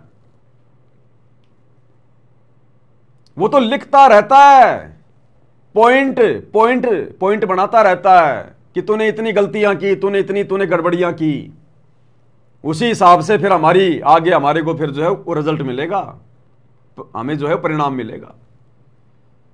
तो बिल्कुल भी हमने ये मोबाइल वगैरह का यूज नहीं करना, कुछ नहीं। जब परमात्मा ने संध्या आरती में कह दिया कि प्रेम मगन होए आरती गावे, तो प्रेम मगन होने का मतलब क्या है? अपने गुरुजी में अपना प्यार, अपने गुरुजी के प्रति चिंतन मनन ध्यान। अरे इसीलिए तो भगवान ने शुरू करवाई आरतियां। ये आरती परमात्मा ने इसीलिए तो शुरू करवाई है ताकि मेरे बच्चों का ध्यान ना भटके, क्योंकि अब ये काल ध्यान भटकाएगा। समय बहुत नजदीक है महाविनाश का, प्राइम टाइम चल रहा है, तो हमारा ध्यान ना भटके उसके लिए तो गुरुदेव ने हमें यह विधि बताई, हमसे यह विधि लागू करवाई। और हम इसमें भी अगर मोबाइल पे बात करेंगे तो फिर कैसे हमारा फिर बताओ जो है वो भला होगा? फिर कैसे हमसे भगवान प्रसन्न होगा? फिर तो हम हल्के में ले रहे भगवान को। तो ये हमने बिल्कुल भी नहीं करना है, बिल्कुल भी। तीसरी बात, मान लीजिए आपके घर में संध्या आरती शुरू हो गई और आप जी 5 मिनट बाद में आए, तो भैया अब नहीं चलेगा कि 5 मिनट बाद में आए, दंडवत प्रणाम किया और थाली लेके गुरुजी की आरती उतारने लग गए। भैया दोबारा से आरती करनी पड़ेगी शुरू से। भले आप आरती उतारो ना उतारो अकेले, वो आपकी मौज, आपकी अपनी मर्जी, लेकिन आरती बीच में नहीं चलेगी। अगर आरती करनी है तो बिल्कुल आरती में शुरू से ही गुरुदेव भगवान के जयकारे के साथ मंगलाचरण से ही आरती में खड़ा होना पड़ेगा। घर में आरती हो रही है, आप जी मतलब जो है 5 मिनट लेट आए, आपने देखा यहां तो आरती शुरू हो गई, आरती पहुंच गई जो है मतलब कि 56 नंबर पेज पे, ऐसी आरती अपरंपारा था के ब्रह्मा वेद उचारा, हाथ मुंह धो के तुम भी खड़े हो गए लेके भक्ति बोध। ये नहीं चलेगा, अब नहीं चलेगा बिल्कुल भी, बिल्कुल भी। जिस प्रकार कोई आदमी भूखा है और घर पर आया, आते ही उसने देखा कि भाई मेरा बेटा खाना खा रहा है, मेरी मां खाना खा रही है, मेरा बाप खाना खा रहा है, और बाप खाना खा चुका है, बस थोड़ी सी भूख है, हल्की सी, लास्ट का समय चल रहा उसका। क्या उस समय वो बेटा अपने बाप के पास में बैठ के खाना खाएगा कि ठीक है ये 2 टुकड़े बच रहे हैं बस मैं तो यही खा लूंगा? नई थाली लगवाएगा, नई थाली, कि मेरे को तो 4 रोटी चाहिए पूरी, तब जाके पेट भरेगा, सारा दिन का भूखा हूं। तो आरती फिर हमारी कैसे सफल होगी? हमें आरती की, भक्ति की भी उतनी भूख होनी चाहिए, उतनी प्यास होनी चाहिए। तो अब ये नहीं चलेगा, या तो शुरू से ही आरती करो या फिर नए सिरे से आरती होगी दोबारा से पूरी, बीच में आरती में शामिल नहीं हो सकते अब हम। और अब हमने सारे काम छोड़कर, देखो परमात्मा धीरे धीरे धीरे धीरे आगे बढ़ाएगा। परमात्मा ने हमारी सबसे पहले वो गंदी आदत छुड़वाई। हम गुरु जी की ऑडियो वीडियो लगा के आरती किया करते थे, काम धंधा करते रहते थे, माता बहनें अपनी सब्जी बनाती रहती थी, कोई अपनी झाड़ू निकाल रही है। फिर परमात्मा ने हम सत्सेवकों पे दया बख्शी, परमात्मा ने अपनी ऑडियो वीडियो से आरती जो है करवाना हमसे दूर किया। हम भक्ति बोध लेकर आरती करने लगे खड़े होके। अब जो ये पांति पंच पोप कर पूजा, देव निरंजन और न दूजा, ये फाइनल विधि है, फाइनल विधि। अब भैया कोई काम नहीं, अपना काम या तो पहले करो या अपना काम बाद में करो। आधा 1 घंटे में कुछ नहीं बिगड़ने वाला। या तो सब्जी रोटी अपनी पहले बनाओ या फिर सब्जी रोटी बाद में बनाओ। तीनों समय की आरती के समय कोई काम धंधा नहीं, कोई झाड़ू पोछा नहीं, कोई सब्जी पूरी नहीं। आरती तो आरती, सबसे पहले भक्ति, प्रथम काम भक्ति, दूसरा काम दूसरा। अब नहीं चलेगा बिल्कुल भी, ये ध्यान रखना स्पेशल। तीसरी चीज, आप जी आरती कर रहे हैं और आरती के बीच में अगर कोई आपका भगत भाई आ गया या कोई रिश्तेदार आ गया, आपने उसकी तरफ देखना नहीं है, पीछे मुड़ के, सामने भगवान बैठा है और किसको देखेगा? भगवान के अलावा उससे ज्यादा महत्व किसी को नहीं। उससे मिलना है, कुछ भी करना है आरती के बाद में। आप जी तो आरती उतार रहे हो, पहली आरती हरि दरबारे, तेज पुंज जा प्राण उदारे। पीछे से कोई भगत जी आ गए, सत्साहेब भगत जी, सत्साहेब सत्साहेब सत्साहेब सत्साहेब, पहली आरती हरि दरबारे, सत्साहेब सत्साहेब। ये नहीं चलेगा, अब ये नौटंकी नहीं चलेगी बिल्कुल भी। चाहे प्रधानमंत्री क्यों ना आ जाए आपके घर पे, पहले आरती में ध्यान पूरा, उसके बाद में राम रमी करेंगे, सत्साहेब करेंगे। पहले आरती होगी पूरी कंप्लीट, लास्ट में गुरु जी को दंडवत करके उठेंगे, उसके बाद में देखेंगे अगर किसी से सत्साहिब करना है, किसी से राम रमी करनी है, उसके बाद में।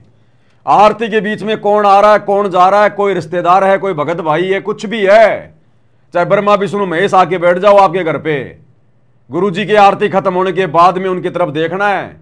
मन में भी ध्यान नहीं करना कि ब्रह्मा विष्णु महेश आके बैठे हैं।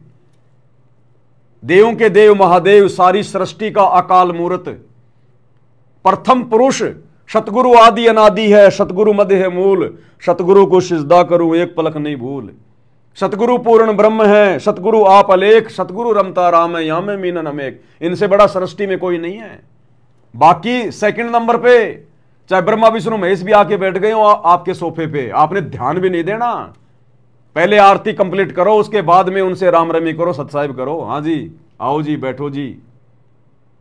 तो ये नहीं चलेगा बिल्कुल भी। अब अगर आरती के बीच में आप किसी को सत्साहिब करते हो या किसी को कुछ भी करते हो तो परमात्मा प्रसन्न नहीं होगा, परमात्मा नाराज होगा कि ये नालायक आरती कर रहा है या फिर ये ड्रामेबाजी कर रहा है। बाद में कर लेना, तो कहां जाएगा? तूने कोई बास्केटबॉल का कोई जो है टूर्नामेंट खेल के आना है क्या रोहतक में जाके? बाद में करना आराम से, सत्साहिब करेगा और क्या करेगा, परमात्मा की चर्चा करेगा, बाद में करियो आराम से। तो ये डिस्टरबेंस अब बिल्कुल नहीं भक्ति मार्ग में किसी भी प्रकार का। इसके बाद भाई और बहनों, कुछ एक भाई बहनों की छोटी छोटी शंकाएं आई हैं। भगत जी, अब हम जो 5 ज्योतियों के साथ में आरती कर रहे हैं परमपिता परमेश्वर जी की, तो क्या हमने सुबह नहाना जरूरी है? देखो भगत जी, ऐसा है, अगर नहा सको तो बहुत अच्छी बात है। पहले हम इन पत्थरों की पूजा किया करते थे, मंदिरों में जा जाके पूजा करते थे। जब तक नहाते नहीं थे हमें अंदर से संतुष्टि नहीं होती थी। हम सोचते थे हमारी भक्ति आदि अधूरी है, खंडित है भक्ति। पत्थरों के आगे आरती उतारने जाते थे या कोई पूजा पाठ हम जो है वो करने के लिए जाते थे या अपने घर पे करते थे अपने मंदिर में, तो नहाना तो हमारा सबसे पहला काम था। और नए कपड़े पहना करते थे, नए कपड़े, जबकि वहां तो हमें कोई देखने वाला भी नहीं था। ना वो देवी देवता हमें कुछ देखने वाले थे, ना हमें कुछ वो देने वाले थे। उनका भी इतना डर, उनके प्रति हमारे मन में इतनी श्रद्धा, बिना नहाए बिना आरती नहीं करनी, नए कपड़े पहनते थे। अब भैया नए कपड़े पहनने की जरूरत नहीं है, लेकिन कम से कम नहाना तो जरूरी समझो। कम से कम अब हम भगवान की आरती कर रहे हैं, भगवान की। गुरु मानुष कर जानते वो नर कहिए अंध, वह दुखी संसार में आ गए यम के फंद।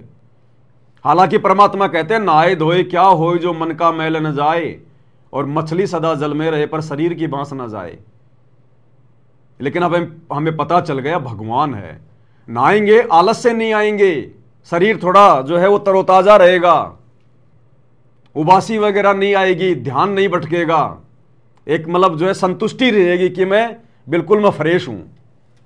हाँ, किसी कारण से ना पाओ कोई दिन तो कोई बात नहीं है, कोई नियम नहीं है कि आपने रोजाना नहाना ही पड़ेगा।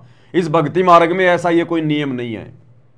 यदि आप रात्रि में, यदि आप शारीरिक संबंध में रहे हैं, यदि आपने जो हमल की कोई पत्नी मिलन किया है या कोई जो हमल की पुरुष मिलन किया है, शारीरिक संबंध बनाए हैं, तो भैया नहाना जरूरी है और नए कपड़े पहनने भी जरूरी हैं। यदि आपको शोपन दोष हो जाता है, नाइट फेल हो जाती है, माता बहनें यदि जो हमल की पीरियड में है, माहवारी है, तो फिर आपको नहाना भी जरूरी है और नए कपड़े भी पहनना जरूरी है। और यदि आप सामान्य हैं, कोई दिक्कत नहीं है, विषय वासनाओं के चक्कर में नहीं पड़े आप रात्रि में, तो फिर कोई दिक्कत नहीं। आप जी हाथ मुंह धो के भी अच्छे से आप जी परमात्मा की आरती कर सकते हैं, उसमें दिक्कत नहीं। तो इन चीजों का हमने विशेष तौर पर ध्यान रखना है। भगत जी, अब हम परमात्मा की 5 ज्योतियों के साथ में आरती उतार रहे हैं। अगर हम कभी कभार अपने किसी काम से अगर अपने घर से बाहर चले जाएं, 1 दिन के लिए 2 दिन के लिए, क्योंकि हमें जाना भी पड़ता है, तो फिर वहां हम ज्योति के साथ में कैसे आरती करेंगे? भाई ऐसी विशेष परिस्थितियों में ज्योति जलाकर आरती करना कोई जरूरी नहीं है। यदि आप घर पर हैं, सामान्य स्थिति में हैं, तो हमने रोजाना अपने परमात्मा की 5 ज्योतियों के साथ में आरती उतारनी है सुबह शाम की। अगर आप अपने काम धंधे के सिलसिले में या किसी और काम के सिलसिले में अगर आप अपने घर से बाहर हैं, तो फिर हमने उसी विधि से अपनी भक्ति करनी है, भक्ति बोध के साथ में। फिर कोई दिक्कत नहीं है कोई किसी प्रकार की।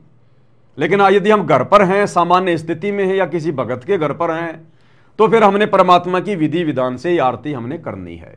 मजबूरी में हम बिना 5 ज्योतियों की आरती कर सकते हैं, लाभ हमें समान ही मिलेगा।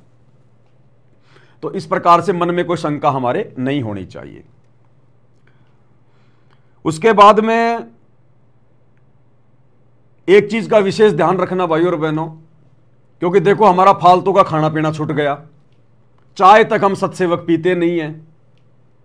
बाहर का ये समोसा, ये कचौड़ी, चाउमीन, ये बर्गर वगैरह, बाहर का जूस भी नहीं पीते हम। तो जूस भी चाहे वो कितनी साफ सफाई से बनाओ, लेकिन वो बनाने वाला तो सांसारिक है, उसके मन में तो पता नहीं क्या क्या विचार चल रहे हैं। तो जैसा खाओगे अन्न वैसा होगा मन, जैसा पियोगे पानी वैसी होगी वाणी। हम तो बाहर का पानी भी मजबूरी में पीते हैं, अपना घर का लेके जाते हैं बोतल भर के। और जो खाना दाना है वो जो हम संयमित होके हम खाते हैं, पेट भरने के लिए नहीं खाते हम। तो आरती के समय भगत भाई बहन ये कोशिश करें कि जो मतलब गैस वगैरह ना छोड़ें, पाद वगैरह ना मारे भाई बहन। अगर ऐसी कोई ज्यादा प्रॉब्लम है तो थोड़ी देर के लिए बाहर चले जाओ बाथरूम की तरफ, क्योंकि दूसरे भाई बहन भी जो है मल की बदबू आएगी तो फिर बेचारे परेशान होंगे, उनका जो मल की ध्यान भटकेगा उनका। तो आरती के समय अपने शरीर से गैस वगैरह ना छोड़ें। देखो परमात्मा ने पहले से हमारे को उसी हिसाब से जो की तैयार किया है। अरे गैस क्यों आएगी फालतू की? जब बाहर का खाना खाएंगे, समोसे कचौरी बर्गर फलाना दिखना, मन में आया वही खा लिया, वही देख लिया, तो ये समस्या आएगी। अब परमात्मा ने 2-3 साल से हमारा सब कुछ बंद कर रखा है बाहर का, घर का शुद्ध खाना खाते हैं, भगवान को भोग लगा के खाते हैं, तो दिक्कत हमारे को होनी नहीं चाहिए। टाइम टू टाइम अपना फ्रेश हो, दिक्कत कहाँ आएगी आपको? फिर भी अगर ऐसी कोई प्रॉब्लम है, कोई ज्यादा ही समस्या है, और यदि आरती के समय यदि आपकी जो बल्कि गैस वगैरह आ रही है, तो 2 मिनट के लिए थोड़ा साइड में हो जाओ, बाथरूम की तरफ जाके चक्कर काट के आ जाओ। अन्यथा वहां पे आप जी बल्कि बदबू फैलाओगे, दूसरे भाई बहनों का ध्यान भटकेगा, तो फिर जो बल्कि दोषी बनेंगे हम। तो हमने कोशिश करनी है, ये आरती के समय हमने गैस वगैरह बिल्कुल भी नहीं छोड़नी है, ध्यान रखना है इस बात का। इसके अलावा एक भगत की छोटी सी शंका थी, मुझे ऑडियो भेजी थी उन्होंने, ऑडियो तो मैं ध्यान नहीं कहाँ है वो। तो वो कह रहे थे कि भगत जी मैंने गुरुजी का एक वीडियो देखा था, बहुत पुराना है, जिसमें गुरुजी संध्या आरती को करते समय जो है 5 ज्योतियां जो है वो जला रहे हैं, आरती हो रही है संध्या आरती के समय की। वो तो ठीक है भगत जी, पाती पंच पोप कर पूजा, देव निरंजन और न दूजा, गुरुजी खुद भी आरती कर रहे हैं। लेकिन गुरुजी ने पूजा की थाल के अंदर धूप बत्ती वगैरह, अगरबत्ती वगैरह, वो कपूर वगैरह, वो भी भगत जी उसमें रखा हुआ है। तो ये क्या प्रोसीजर है भगत जी? क्या हमने भी धूप बत्ती लगानी है, अगरबत्ती लगानी है? तो ये हमने बिल्कुल भी नहीं करना है। हमारे लिए जो आदेश हमने केवल उतना ही करना है। हमारे लिए आदेश है पाती पंच पोप कर पूजा, देव निरंजन और न दूजा। इसमें फूल भी शामिल है, लेकिन फूल वगैरह की अभी तक परमात्मा कोई प्रेरणा नहीं कर रहा है। इसलिए जब तक परमात्मा प्रेरणा ना करे, जब तक विधिवत संगत में कोई संदेशा ना आए, तब तक भाई बहनों ने ये फूल वाली प्रोसीजर शुरू नहीं करनी है, ध्यान रखना। केवल 5 ज्योतियां जलाकर ही हमने परमात्मा की आरती उतारनी है, जो गुरुदेव ने हमें बताई, हमारे को आदेश दिया उसके सरलार्थ में। और जो धूप वगैरह जो उसमें जलाई जा रही थी, तो गुरुजी पहले गांव गांव जाके 3 दिन का पाठ किया करते थे। और वो पाठ के समय में भाई और बहनों, परमात्मा जब संध्या आरती किया करते थे, मतलब संध्या आरती के अंदर परमात्मा धूप नहीं जलाया करते थे। वो जो वीडियो है वो परमात्मा को भोग लगाया जा रहा है। भोग लगाते समय जो बीच में जो आता है ना, ये पाती पंच पोप कर पूजा, देव निरंजन और न दूजा, वो उस समय उसमें धूप रखी जाती है, उसमें तो सुपारी भी रखी जाती है, उसमें 1.25 रुपया भी रखा जाता है उसके मटके के ऊपर, कलश के ऊपर। तो हमने ये सब कुछ नहीं करना। वो तो 3 दिन का जो पाठ प्रकाश होता है आदरणीय गरीबदास जी महाराज जी की 24,000 वाणियों का, जो कि 48 घंटे में जाके समाप्त होता है, वो उस पाठ प्रकाश की अपनी कोई प्रोसीजर है। तो हम कोई पाठ प्रकाश नहीं कर रहे वो वाला 3 दिन वाला, कर तो हम भी जो कि पाठ ही रहे हैं। इस पुस्तक को पढ़ना पाठ ही होता है, लेकिन ये हमें परमात्मा ने आरतियों के रूप में कुछ वाणियां निकाल के दी हैं। और एक होता 3 दिन का पाठ पूरा, वो गरीबदास जी का जो है वो सदग्रंथ साहिब को आगे रख के जो है वो किया जाता है, वो नहीं। वो पाठ प्रकाश के समय की प्रोसीजर है। धूप बत्ती, अगरबत्ती, सुपारी वगैरह रखना, 1.25 रुपया रखना, वो पाठ प्रकाश के समय की प्रोसीजर है। हमारे लिए गुरुदेव का केवल इतना ही आदेश है, हमने केवल यही करना है। उसके बाद में एक भाई की शंका आई कि भगत जी आपने वीडियो बनाया था, पाती पंच पोप कर पूजा, देव निरंजन और न दूजा, और फिर आपने गुरुजी का वीडियो दिखाया था कि देखो भाई सतगुरु रामपाल जी भी 5 बत्तियां जला के और ये आरती कर रहे हैं, हम तो अपने गुरुजी से सीखेंगे। तो उसने कहा कि भगत जी ये तो पाठ प्रकाश के समय गुरुजी कर रहे थे, ये तो पाठ के समय की जाती है, वो तो पाठ प्रकाश हो रहा था। तो मैं उस भाई से कहना चाहता हूं कि हम जो 3 समय की आरती कर रहे हैं, हम कोई गरुड़ पुराण बात रहे हैं क्या? अरे हम जो 3 समय की आरती पढ़ रहे हैं, ये कोई गरुड़ पुराण का पाठ है क्या? उसी गरीबदास जी के सदग्रंथ साहिब में से वाणियां निकाल के गुरुदेव ने हमें पाठ करने के लिए दी है।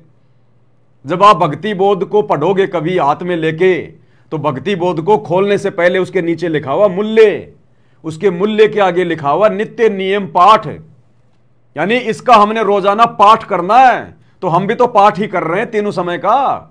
हम कौन सा जो हमल की भागवत पढ़ रहे हैं या कोई गरुड़ पुराण का पाठ कर रहे हैं, हमारा भी तो पाठ ही है ये। और गुरुदेव भगवान का आदेश हो गया संध्या आरती के सरलार्थ में कि 5 ज्योतियां जलाकर परमेश्वर की पूजा की जाती है। अब ये थोड़ी कहेंगे कि मेरी पूजा करो, मैं हूं तुम्हारा परमेश्वर। उसके लिए गुरुदेव ने हमारे को तत्व ज्ञान दे दिया, मनुष्य शरीर दे दिया, सरलार्थ में लिख के दे दिया। अब ढोल बजा के थोड़ी कहेंगे गुरुदेव। तो ये छोटी छोटी शंकाएं हैं भगत भाई बहनों की, और ये बताना बहुत जरूरी है भाई और बहनों, क्योंकि ये भक्ति का प्राइम टाइम चल रहा है इस समय जो परमात्मा रजा बख्श रहे हम सत्सेवकों के ऊपर, सृष्टि में किसी के ऊपर नहीं है। आश्रम वालों को तो काल सिर पर बैठकर निरंतर नीचे की ओर ले जा रहा है, मर्यादा तुड़वा तुड़वा के। उन भाई बहनों का कोई आचरण ठीक नहीं है, कोई उनकी मर्यादा ठीक नहीं है, कोई उनका दीन धर्म ठीक नहीं है। खाली नाम के भगत हैं कि हम संत रामपाल जी के भगत हैं, बाकी मर्यादा किसी की नहीं है, एक की भी ज्ञान आधार नहीं है बिल्कुल भी। लठ वाले जानवर हैं, जिधर से लकड़ी दिखा दो उधर ही हो लेंगे।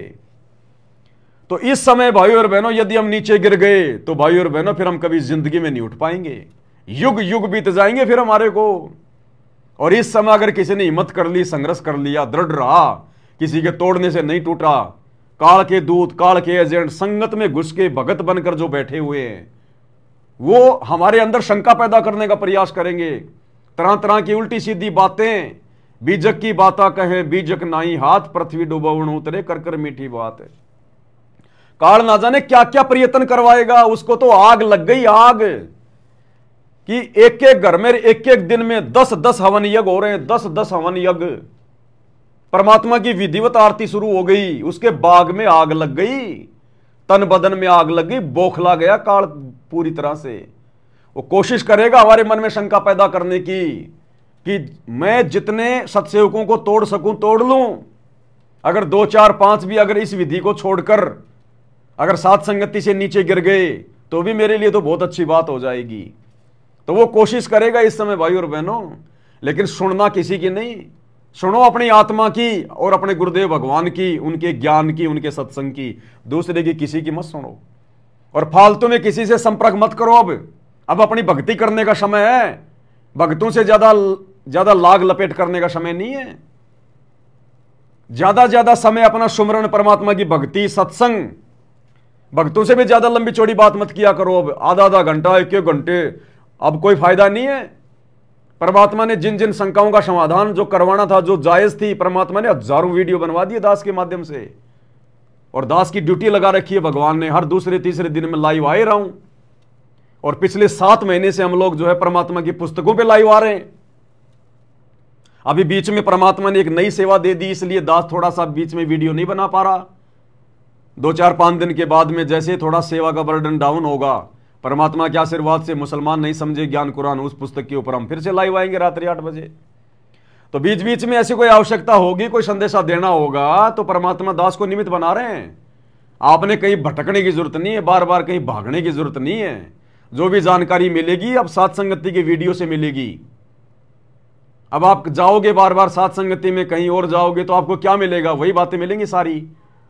अब तो हमने अपने घर पर अपने परमात्मा की भक्ति करनी है, कहीं नहीं जाना हमने फालतू में। अब ठीक है, आप किसी काम से जा रहे हो और अपने भगत भाई से मिलने चल गए, वो बात अलग है। स्पेशली मत जाओ आप किसी से मिलने जुलने के लिए, कोई मतलब नहीं। अपनी भक्ति सफल करो। अब सब कुछ दे दिया भगवान ने, ज्ञान दे दिया, पूरी भक्ति विधि दे दी भगवान ने। अब परमात्मा प्रसन्न करो, भटकना नहीं हमारे को। अब आने वाले समय में पूरा विश्व इसी प्रकार से भक्ति करेगा। घर घर होगा बोध विचारा, सकल सृष्टि परवानी कोई। घर घर में परमात्मा की ऐसी भक्ति चलेगी। ये आश्रम वाश्रम कुछ नहीं होंगे। ये तो फालतू में काल भक्तों का समय बर्बाद करवा रहा है, भक्तों का पैसा बर्बाद करवा रहा है। इन पत्थरों में आश्रम जम की बनवा के दिन रात लग रहे हैं भगत। सीतापुर में आश्रम खुल रहा है, धवली में आश्रम खुल रहा है, महाराष्ट्र में खुल रहा है, पत्थरों में सिर मार रहे हैं सारा दिन वो। और यहां देखो भगवान हमारे से कैसे भक्ति करवा रहे हैं। तो हमने भक्ति करनी, आने वाले समय में ऐसी भक्ति होगी। आश्रमों की भक्ति नहीं है ये। आश्रम की जरूरत तो केवल हमारे गुरुदेव भगवान को केवल इसलिए पड़ी ताकि एक बार अपने बच्चों को बैठा के ज्ञान समझा दूं, या प्रमाण वगैरह में सारे जो मतलब दिखा दूं। ये डीवीडी बन जाए, सीडी बन जाए, उसके बाद फिर ये सोशल मीडिया क्यों दिए गुरुजी ने? ये टीवी, रेडियो, इंटरनेट, मोबाइल क्यों दिए गुरुजी ने? घर बैठ के सुनो सत्संग और अपनी भक्ति करो, धक्के खाने की जरूरत कहां है?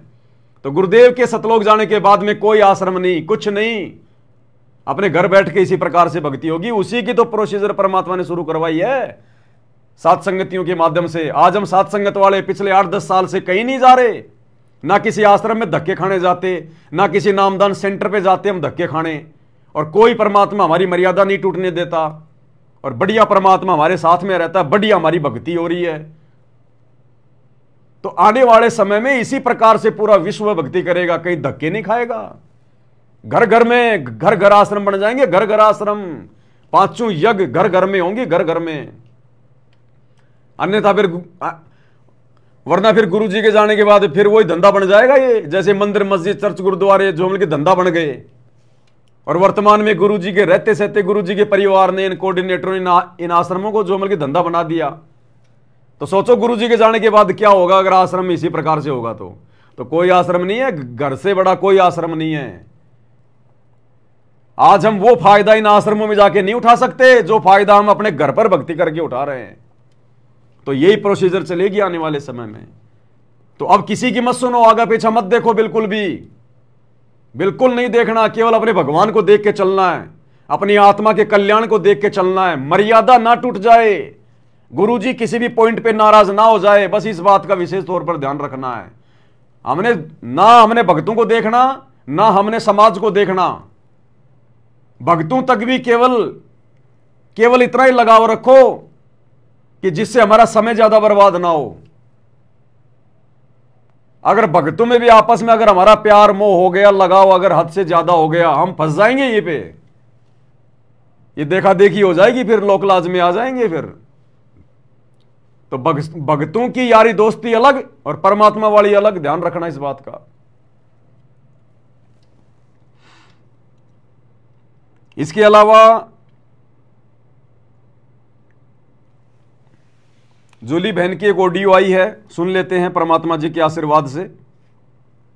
एक इन्होंने मुझे सुबह भेजी थी, एक अभी शाम को आई है। शाम की मैंने सुनी नहीं है, साथ साथ सुनेंगे। एक पहले आई हुई है, उसको सुन लेते हैं क्या कुछ कहा है।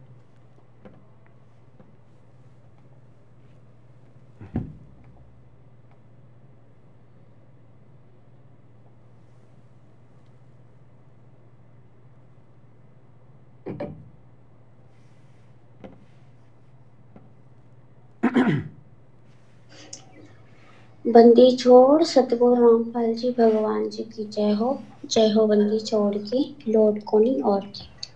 सत्या भाई जी, दासी सुबह परमात्मा जी को छोटी भोग आरती के साथ में भोग लगा रही थी, तो परमात्मा जी ने दिखाया, दासी को मालिक ने दिखाया, दासी बैठी चरणों में परमात्मा जी कह रहे हैं। जो एक बहन ने कल आपसे सवाल किया था ना कि हम वो आरती ले सकते हैं नहीं, तो परमात्मा कह रहे थे कि नहीं, ऐसे हमें आरती नहीं लेनी। परमात्मा जी कह रहे थे जैसे जगत में काल की पूजा लोग करते थे तब आरती लिया करते थे, वहां तो वो तुम्हें आशीर्वाद नहीं दे रहा ना, इसलिए तुम आरती लिया करते थे। क्या संदेशा दिया गुरुदेव भगवान ने? भाई और बहनों, ये ज्ञान आधारित संदेश हैं, ये परमात्मा की तरफ से आ रहे हैं। ये ना सोचना कि जूली बहन बना बना के भेज रही है। ये बातें मुझ पवन दास के दिमाग में भी नहीं होती हैं, जो परमात्मा जूली बहन के माध्यम से दास तक जो भिजवा रहे हैं। ये ना सोचना कि वो अपनी तरफ से बना बना के भेज रही है। परमात्मा दया करता है तब जाकर ये बुद्धि खुलती है। सो छल छिद्र मैं करूं अपने जन के काज, ना जाने परमात्मा किसको निमित्त बना ले।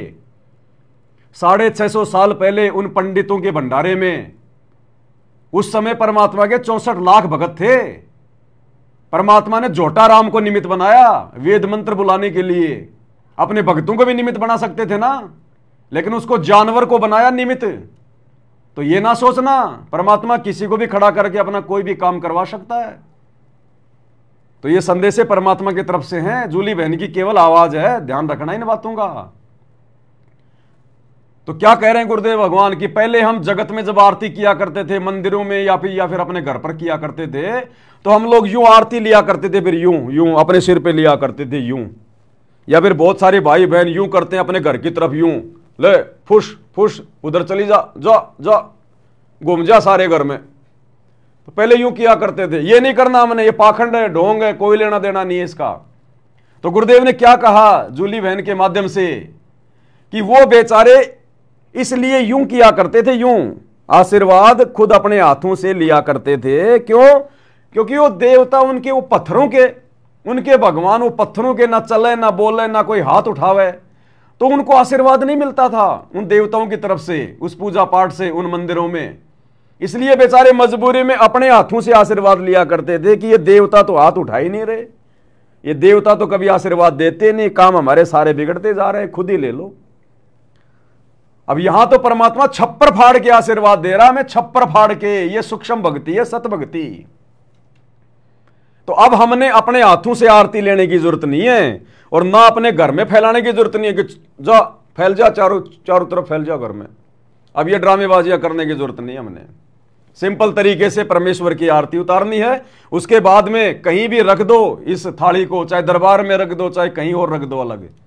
और जब ये घी पूरा साफ हो जाए तो बत्तियां निकाल के डब्बे में डाल दो, सुबह फिर नई बत्ती डाल लो। तो इससे क्या होगा? हमारी भक्ति नष्ट होगी। आगे गुरुदेव भगवान ने बताया कि बच्चों, यदि तुम ऐसा करोगे यूं इस प्रकार से, तो तुम्हारी भक्ति नष्ट होगी। तुम खुद ही अपने आप को आशीर्वाद दे रहे हो तो तुम पंचर हो जाओगे।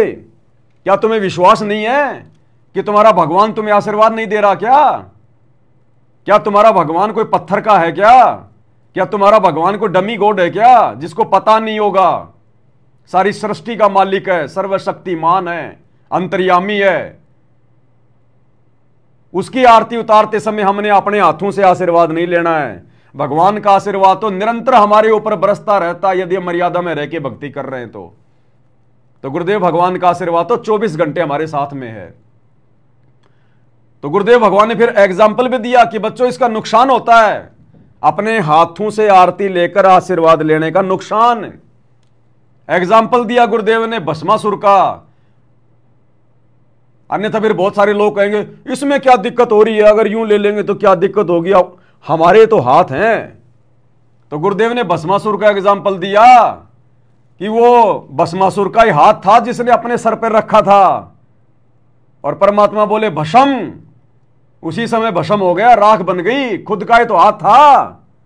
इसलिए हम भक्तों ने अपना हाथ नहीं रखना।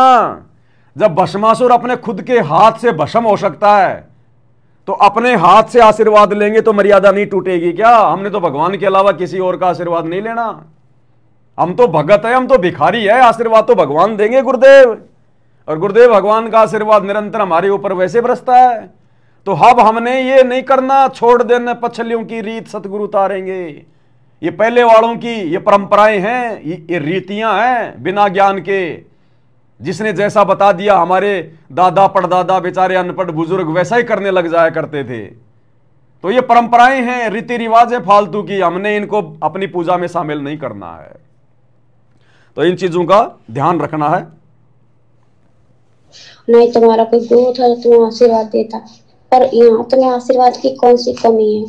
24 घंटे तुम्हारे ऊपर 24 घंटे परमात्मा की मेहर बरसती है, उनकी जो ऊर्जा है परमात्मा की, आशीर्वाद तुम्हारे 24 घंटा ऊपर छत्र छाया रहती है, और आशीर्वाद परमात्मा का 24 घंटा तुम्हारे सर पे रहता है, मालिक की ऊर्जा निकलती रहती। इस तरह से अच्छा नहीं है। देखो, आप आरती परमात्मा को उतारोगे, उससे अपने सर पे ले जाओगे। जैसे कि पवन बेटा अंकल बताया, उसने ठीक कहा कि ये तो फिर हमारे सर पे हाथ जाएंगे, तो हमारा जितना हम कमाते जाएंगे उतना ही गमाते जाएंगे। जैसे कि भस्मासुर ने वरदान पाया था ना, कितनी मेहनत, उसने कितनी घोर तपस्या, कठिन तपस्या करी थी, और उसका क्या, उसका अंत हुआ, उसने खुद के सर पे अपने हाथ रख लिया। इस तरह से जैसे तुम अपनी भक्ति कमाते जाओगे और जब तुम आरती अपने गुरुदेव जी को उतारा करोगे, उसी समय अपना तुम आशीर्वाद लिया करोगे, तो इससे तुम्हारी भक्ति खत्म होती जाएगी। अब ये भस्मासुर वाला कितना जबरदस्त एग्जाम्पल है। ये परमात्मा के आशीर्वाद बिना जीव के दिमाग में नहीं आ सकता। तो उस बहन को परमात्मा ही सब कुछ बुलवा रहे हैं, लेकिन साथ में आप और हमारा फर्ज बनता है हम उसकी प्रत्येक बात पर विश्वास ना करें।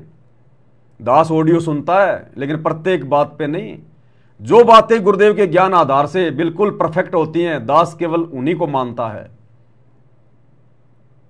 हमने बिल्कुल अंधा होके विश्वास नहीं करना, भले परमात्मा ही बुलवा रहे हैं, अंधा होके नहीं। अंधा होके बैठ जाएंगे तो बीच में फिर गलतियां हजार कर जाएंगे। जैसे आश्रमों से जुड़ी हुई संगत, गुरुजी का परिवार, उनके बेटा बेटी, भाई बंधु, रिश्तेदार, कोऑर्डिनेटर, जो मर्जी आदेश निकाल दो, संगत कभी विचार ही नहीं करती, फिर हमारा बेड़ा गर्क हो जाएगा। तो सुनो सबकी, लेकिन करो परमात्मा की, जो उनका ज्ञान कहता है, जो उनका सत्संग करता है, जो उनकी मर्यादा कहती है। और बाकी परमात्मा की दास ने ड्यूटी लगाई रखी है, थोड़ी बहुत बुद्धि परमात्मा ने दास को भी दे रखी है, दास उसका निष्कर्ष निकाल के आपको बता ही देता है। तुम्हारे पास कुछ नहीं बचेगा। काल यही तो चाहता सच्चम चाल खेल खेलता है। ये हमारी प्रेरणा नहीं, काल की प्रेरणा है। और एक बात का और ध्यान रखना है, जैसे बहुत से बच्चे होते हैं ना, आरती करने के बाद फिर वो मानसिक रूप से भी आरती ले लिया करते, और हमें उस तरह से भी नहीं लेनी है। और कोई आगे सर झुका देता है, परमात्मा के चरणों में सर झुके तो ठीक है, पर आशीर्वाद के लिए झुके कि मतलब हम इससे झुके। अगर हम हाथों से वो ज्योति का आशीर्वाद अपने सर पे ले जाएंगे तो मर्यादा खंड होगी। तो हम मतलब कई बार क्या होता है, जैसे अब गलतियां हैं भाई और बहनों, धीरे धीरे हम आगे बढ़ेंगे। हम सब जीव हैं, दो कोटि के प्राणी हैं, अपने आप में कोई परफेक्ट तो है ही नहीं यहाँ पर भगवान के अलावा। जैसे कई बार क्या होता है कि भाई बहन जैसे परमात्मा को दंडवत करते हैं, फिर परमात्मा की जो चरण पादुकाएं होती हैं, उन चरण पादुकाओं को यूं हाथ रख के फिर हम अपने सर पर लेते हैं, यूं। तो ये नहीं करना हमने बिल्कुल भी।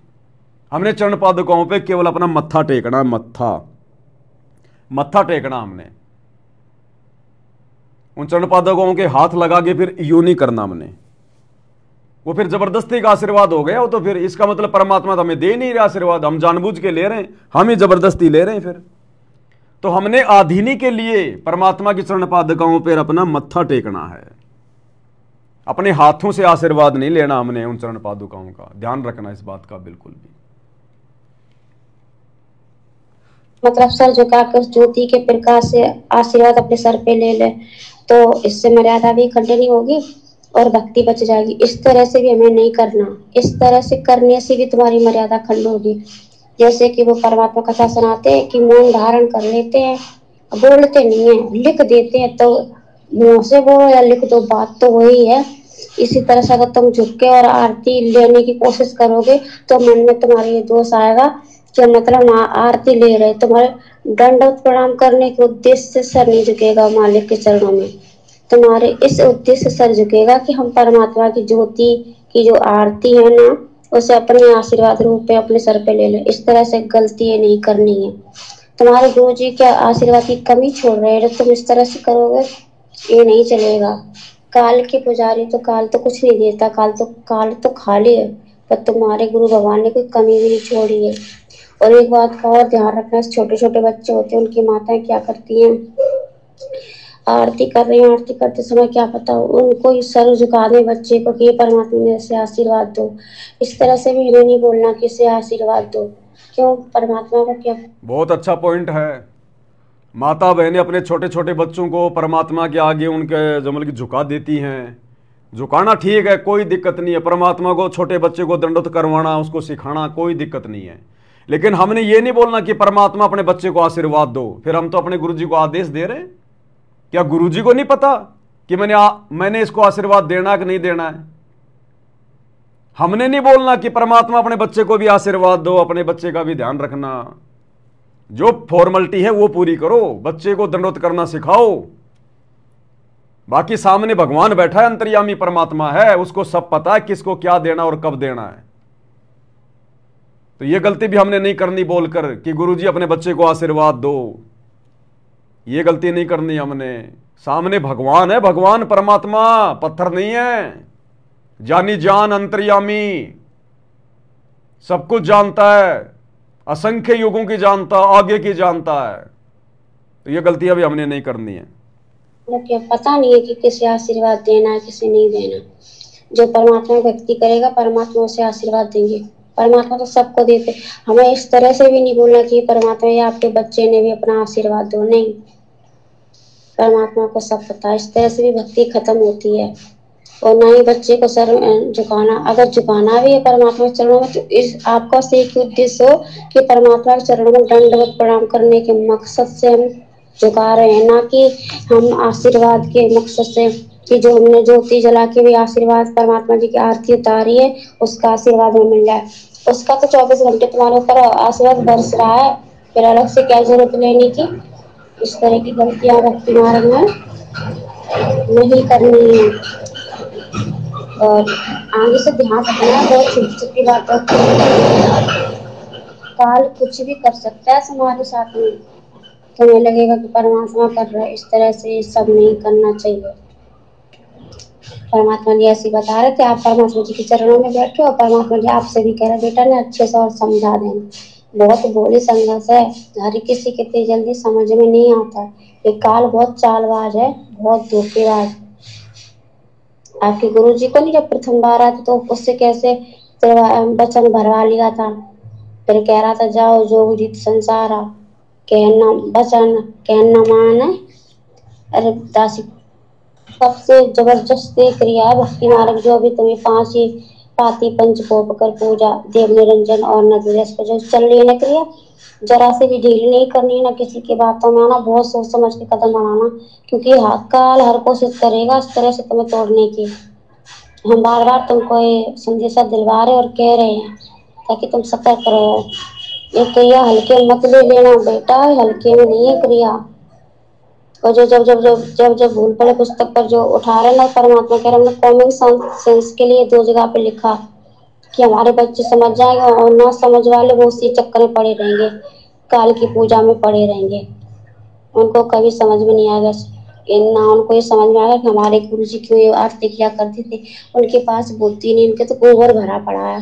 और हमारे वो जो बच्चे हीरे मोती थे वो समझ गए, और जो भगोले हैं तो वो तो कीड़े खाते रहे। भगोले मैनेजमेंट वालों को बता रहा जो मतलब सवाल जवाब कर रहे हैं, और जब जब बोल पड़े पुस्तक पर पढ़े रहेंगे। परमात्मा कहते तुम्हारे भगवान परीक्षा लेने के लिए एक शब्द को 2 जगह लिख देते हैं अलग अलग। जो समझदार होगा तो वो कैच कर लेगी आत्मा, जो ना समझ होगा तो वो उसी पे क्या कहते लकीर की पीठ की लकीर के फेंकते रही होती नहीं, सांप की किल्ली। अरे दासी को बोलना भी नहीं आता, लकीर की फकीर करते रहेंगे, पीटते रहेंगे, सांप निकल जाएगा और वो लाठी पीटते रहेंगे। इसी तरह से सत्य में भाई बहन भक्ति क्रिया करके आगे बढ़ जाएंगे, अरे वहीं पे पड़े रह जाएंगे। ना तो ये गुरु के होंगे, ना ये भक्ति कर पाएंगे, कुछ नहीं कर पाएंगे। इस तरह से परमात्मा जी कह रहे हैं। बंदी छोड़ सतगुरु रामपाल जी भगवान जी की जय। इसके अलावा एक ऑडियो और आई थी बहन की मेरे पास में, लेकिन उसमें कुछ बातें और हैं जो अभी आप लोगों को नहीं बताई जाएंगी। लेकिन उसमें परमात्मा ने एक बात बताई, संकेत किया परमात्मा ने, गुरुदेव भगवान ने कहा कि बच्चों ये इस समय तुम्हारे से जो 5 ज्योतियों से जो आरती उतरवाई जा रही है, ये आने वाले समय में जिन जिन घरों में परमात्मा की 5 ज्योतियों के साथ में आरती उतरेगी, जिन्होंने गुरु को भगवान मान लिया हृदय से, और जो अपने अपने घरों में 5 ज्योतियों से परमात्मा की आरती उतारेगा, और आरतियां केवल उन्हीं की सफल होंगी जिनके घर में अकेले गुरु जी की फोटो होगी, अपने गुरु के अलावा किसी का जयकारा नहीं लगाएंगे, किसी को दंडवत नहीं करेंगे, अपने गुरु जी के अलावा किसी का कोई प्रकट दिवस नहीं मनाएंगे, और घर बैठकर भक्ति करेंगे, कई आश्रमों में धक्के खाने नहीं जाएंगे, उन्हीं की सफल होगी। और आने वाले समय में जब वो भूखमरी का समय आएगा, अकाल पड़ेगा, तो जिन जिन घरों में 5 ज्योतियों के साथ में आरती उतरेगी, उन्हीं घरों में परमात्मा राशन की व्यवस्था करेगा। ये स्पेशल कहा परमात्मा ने। वो पूरी ऑडियो दास आपको नहीं भेज पाएगा, उसमें कुछ बातें और हैं जो समय आने पे बताएंगे। तो गुरुदेव ने स्पष्ट कर दिया कि जिन जिन घरों में इस विधि से गुरु को परमात्मा मानकर और हर प्रकार से मर्यादा में रहकर जो आरती उतारी जाएगी, पांति पंच पोप कर पूजा देव निरंजन और न दूजा, आने वाले विनाशकारी समय 2028 युग परिवर्तन में जब भूखमरी आएगी, अकाल पड़ेगा, दाने दाने को दुनिया दौड़ेगी, चोरियां करेंगी, मारपीट करेंगी, छीना झपटी करेंगी, उस समय जिन जिन घरों में ये आरती उतरेगी पूर्ण परमेश्वर की, उन्हीं घरों में परमात्मा राशन की व्यवस्था करेगा। और गुरुदेव भगवान साइकिल लेकर सत्सेवकों के घर घर जाकर परमात्मा राशन भर रहे हैं। राशन बहन को दिखाया परमात्मा ने। तो भाई और बहनों, ये छोटी मोटी प्रोसीजर नहीं है, सारी सृष्टि का मालिक धरती पे प्रकट है। इस हार जेल में बैठने नहीं आया, वो जेल में बैठकर भी अपना काम कर रहा है, जेल में बैठकर भी। तो अब यदि हम किसी ऐरे गहरे के कहने से, बहकाव में आने से, मन में कोई शंका पैदा करने से अगर पीछे हट गए तो भाई और बहनों फिर ठिकाना नहीं है, हमारा ध्यान रख लेना। फिर उसके बाद एक ऑडियो बहन ने अभी शाम को भेजी थी, आज मैं थोड़ा सुन नहीं पाया, जल्दबाजी में था, अभी मार्केट से सीधा आया था, आते ही फिर लाइव में आ गया, लाइव में भी थोड़ा लेट ही हो गया मैं। हाँ, एक भाई कह रहा था वो गुड़गांव का सुनील दास, याद आ गया मेरे को, उसकी भी शंका का समाधान कर दें। अब भाई और बहनों, ये लोग बिना पैंदे के लौटे हैं, हालांकि 3-4 साल से वो साथ संगति से जुड़ा हुआ था, लेकिन ना इधर के ना उधर के, ना घर के ना घाट के, धोबी के कुत्ते होते हैं ये, इनका कोई स्टैंड नहीं होता इनका। कभी तो बीच में कह देता मेरे से गलती हो गई, मैंने पवन भाई को गुरुद्रोही कह दिया, परमात्मा मुझे माफ करें, वो तो परमात्मा की बहुत प्यारी आत्मा है। फिर जैसे उसने अपना लोगो हटाया साथ संगति का, दूसरे दिन फिर उसके सिर पे काल बैठ गया, फिर माफी मांग लेता है, फिर लोगो हटा देता है, फिर काल बैठ जाता है। तो अब हमने इन लोगों की बातों को तवज्जो नहीं देनी, महत्व नहीं देना। इन फालतू के लोगों के ऑडियो वीडियो मत देखा करो, ना आगे शेयर किया करो, ये समय भक्ति करने का है। तो जब दास लाइव आता है तो वो कहता है कि पवन दास तो बार बार मैं बोलता है, मैं गुरुजी ने तो मना कर रखा है। अरे भैया, मैं बोलने के लिए गुरुजी ने मना नहीं कर रखा। अगर आप अहंकार में आके मैं बोलते हो कि ये मैंने कर दिया, मैं ऐसा कर सकता हूं, तो वो मैं आपका अहंकार में होगा तब्दील। और बाकी आप नॉर्मली मैं बोल रहे हो, मैं आज वहां गया था, मैंने आज ये कर दिया था, मैं आज इतना लेट हो गया, तो ये मैं सामान्य मैं है, ये मैं अहंकार में नहीं आता। अब कौन समझाए इन लोगों को, अकल के अंधों को। तो भाई और बहनों, ध्यान मत दो ऐसे लोगों की तरफ, पता नहीं ऐसे तो कितने आए कितने गए, और आगे भी आंधी की तरह आएंगे, तूफान की तरह जाएंगे। अब हमने क्या करना है, उस पर ध्यान देना है। दूसरे भगत भाई बहनों के पास में भी इस प्रकार के फालतू के लोगों की ऑडियो वीडियो मत भेजा करो, क्योंकि ये काल के भेजे हुए एजेंट हैं, ये बहुत ज्यादा फुदकेंगे अब। क्योंकि भगवान ने अपनी जो विधि आरती जो शुरू जो करवाई है ना, तो काल को बिल्कुल टेंशन हो रखी है तगड़ी भयंकर, वो अपने एजेंटों को संवारेगा, और वो इसी प्रकार से लोग ये मेंढक की तरह फुदकेंगे थोड़े बहुत दिन, ज्यादा दिन नहीं, लास्ट महीना 2 महीना फुदकेंगे हल्के फुल्के, उसके बाद तो फिर इनकी बैटरी डिस्चार्ज हो जाती है। तो ऐसे अरे गहरे लोगों की बातों पे ध्यान मत दिया करो, और ना अपने आज के बाद किसी सत्सेवक भाई बहनों को किसी की भी फालतू ऑडियो वीडियो भेजना। अपने आपको कोई शंका है तो आप जानो और आपका काम जाने। परमात्मा ने हजारों वीडियो बनवा दिए, अब भी अगर शंका रहेगी तो बाढ़ में जाओ, फिर कोई लेना देना नहीं है। अब दास भी इन फालतू की बातों पे आप लोगों को जो है वो नहीं समझाएगा, ये कॉमन सेंस की बातें हैं भाई ये। अब आप खुद भी भक्ति करो, क्या पूरी जिंदगी शंकाओं में थोड़ी रहोगे। आपका यदि कल जो है मतलब सतलोक जाने का समय आ गया और 2 घंटे पहले काल ने कोई शंका पैदा कर दी, फिर क्या करोगे, तुम तो रह गए फिर यहीं पे। तो दृढ़ होना पड़ेगा, चाहे कुछ भी हो जाए, जो कर रहे हैं बिल्कुल मालिक के ज्ञान आधार से कर रहे हैं, सही कर रहे हैं। फिर दूसरे लोगों के बीच में एंट्री नहीं होनी चाहिए फालतू के लोगों की। ये इस प्रकार के काल के एजेंट तो गुरु जी के समय भी थे, आज भी हैं और आगे भी रहेंगे ये तो, क्योंकि ये काल का लोक है, 21 ब्रह्मांड है ये। तो हमने इन बातों को ध्यान नहीं देना। ऐसे मैं कहां काम करता है अहंकार में। जब आदमी अहंकार में आके मान बढ़ाई में आके बोलता है कि मैं ये कर सकता हूं, मैंने ये कर दिया, मेरे बिना ये कोई जो है वो नहीं कर सकता, तो फिर वो आपका मैं अहंकार में आ जाता है। और एक नॉर्मली भगत जी आज आप कहां गए थे, अरे मैं आज वहां जाके आया था, मैं आज थोड़ा लेट हो गया, तो ये तो हमारे नॉर्मल बोलचाल के शब्द है, ये मैं अहंकार में नहीं आते।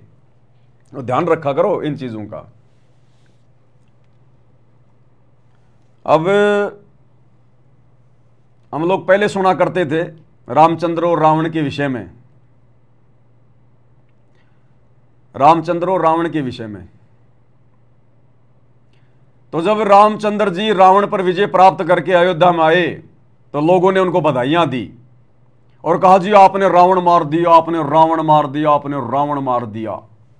तो रामचंद्र जी ने क्या कहा कि रावण को मैंने नहीं मारा, रावण को मैंने नहीं मारा, रावण को मैंने मारा, रावण को मैंने नहीं मारा। मैंने यानी मैं रामचंद्र, मैंने रावण को नहीं मारा, रावण को मैंने मारा। मैं यानी अहंकार, रावण को अहंकार ने मारा, रावण को मैंने मारा।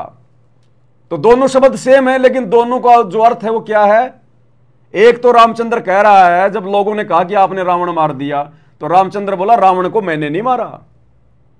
तो फिर किसने मारा, बोलो रावण को मैंने मारा। मैं यानी अहंकार, उस अहंकार ने मार दिया उसको। तो सेम लाइन है, लेकिन 2 अर्थ है इसके। तो इसी प्रकार भाई और बहनों, मैं शब्द यदि भगत अहंकार में आके बोलेगा तो फिर वो अहंकार में गिना जाएगा। और नॉर्मली भाषा में तो हम ना जाने कितनी बार बोलते हैं मैं, तो वो नहीं। तो ये तो फालतू के लोग हैं, ये तो काल के वो भेजे हुए स्पेशल एजेंट है, भगत के वेश में भेड़ी है। इनका तो काम ही ये है फालतू की बातों पे भक्तों में शंका पैदा करना। तो अब हमने इन लोगों की बातों पे ध्यान नहीं देना, आगे बढ़ना है। भगत जाओ बाढ़ में, दास शुरू से बोलता आ रहा है, भगत जाओ बाढ़ में। कौन से भगत है जो भक्ति नहीं करना चाहते, फालतू की बकवादों में ज्यादा ध्यान देते हैं, वो जाओ बाढ़ में। हमने आगे बढ़ना है निरंतर भक्ति मार्ग पर। तो लास्ट में एक ऑडियो और सुन लेते हैं बहन की, मैंने भी सुनी नहीं क्योंकि लेट हो रहा था फिर।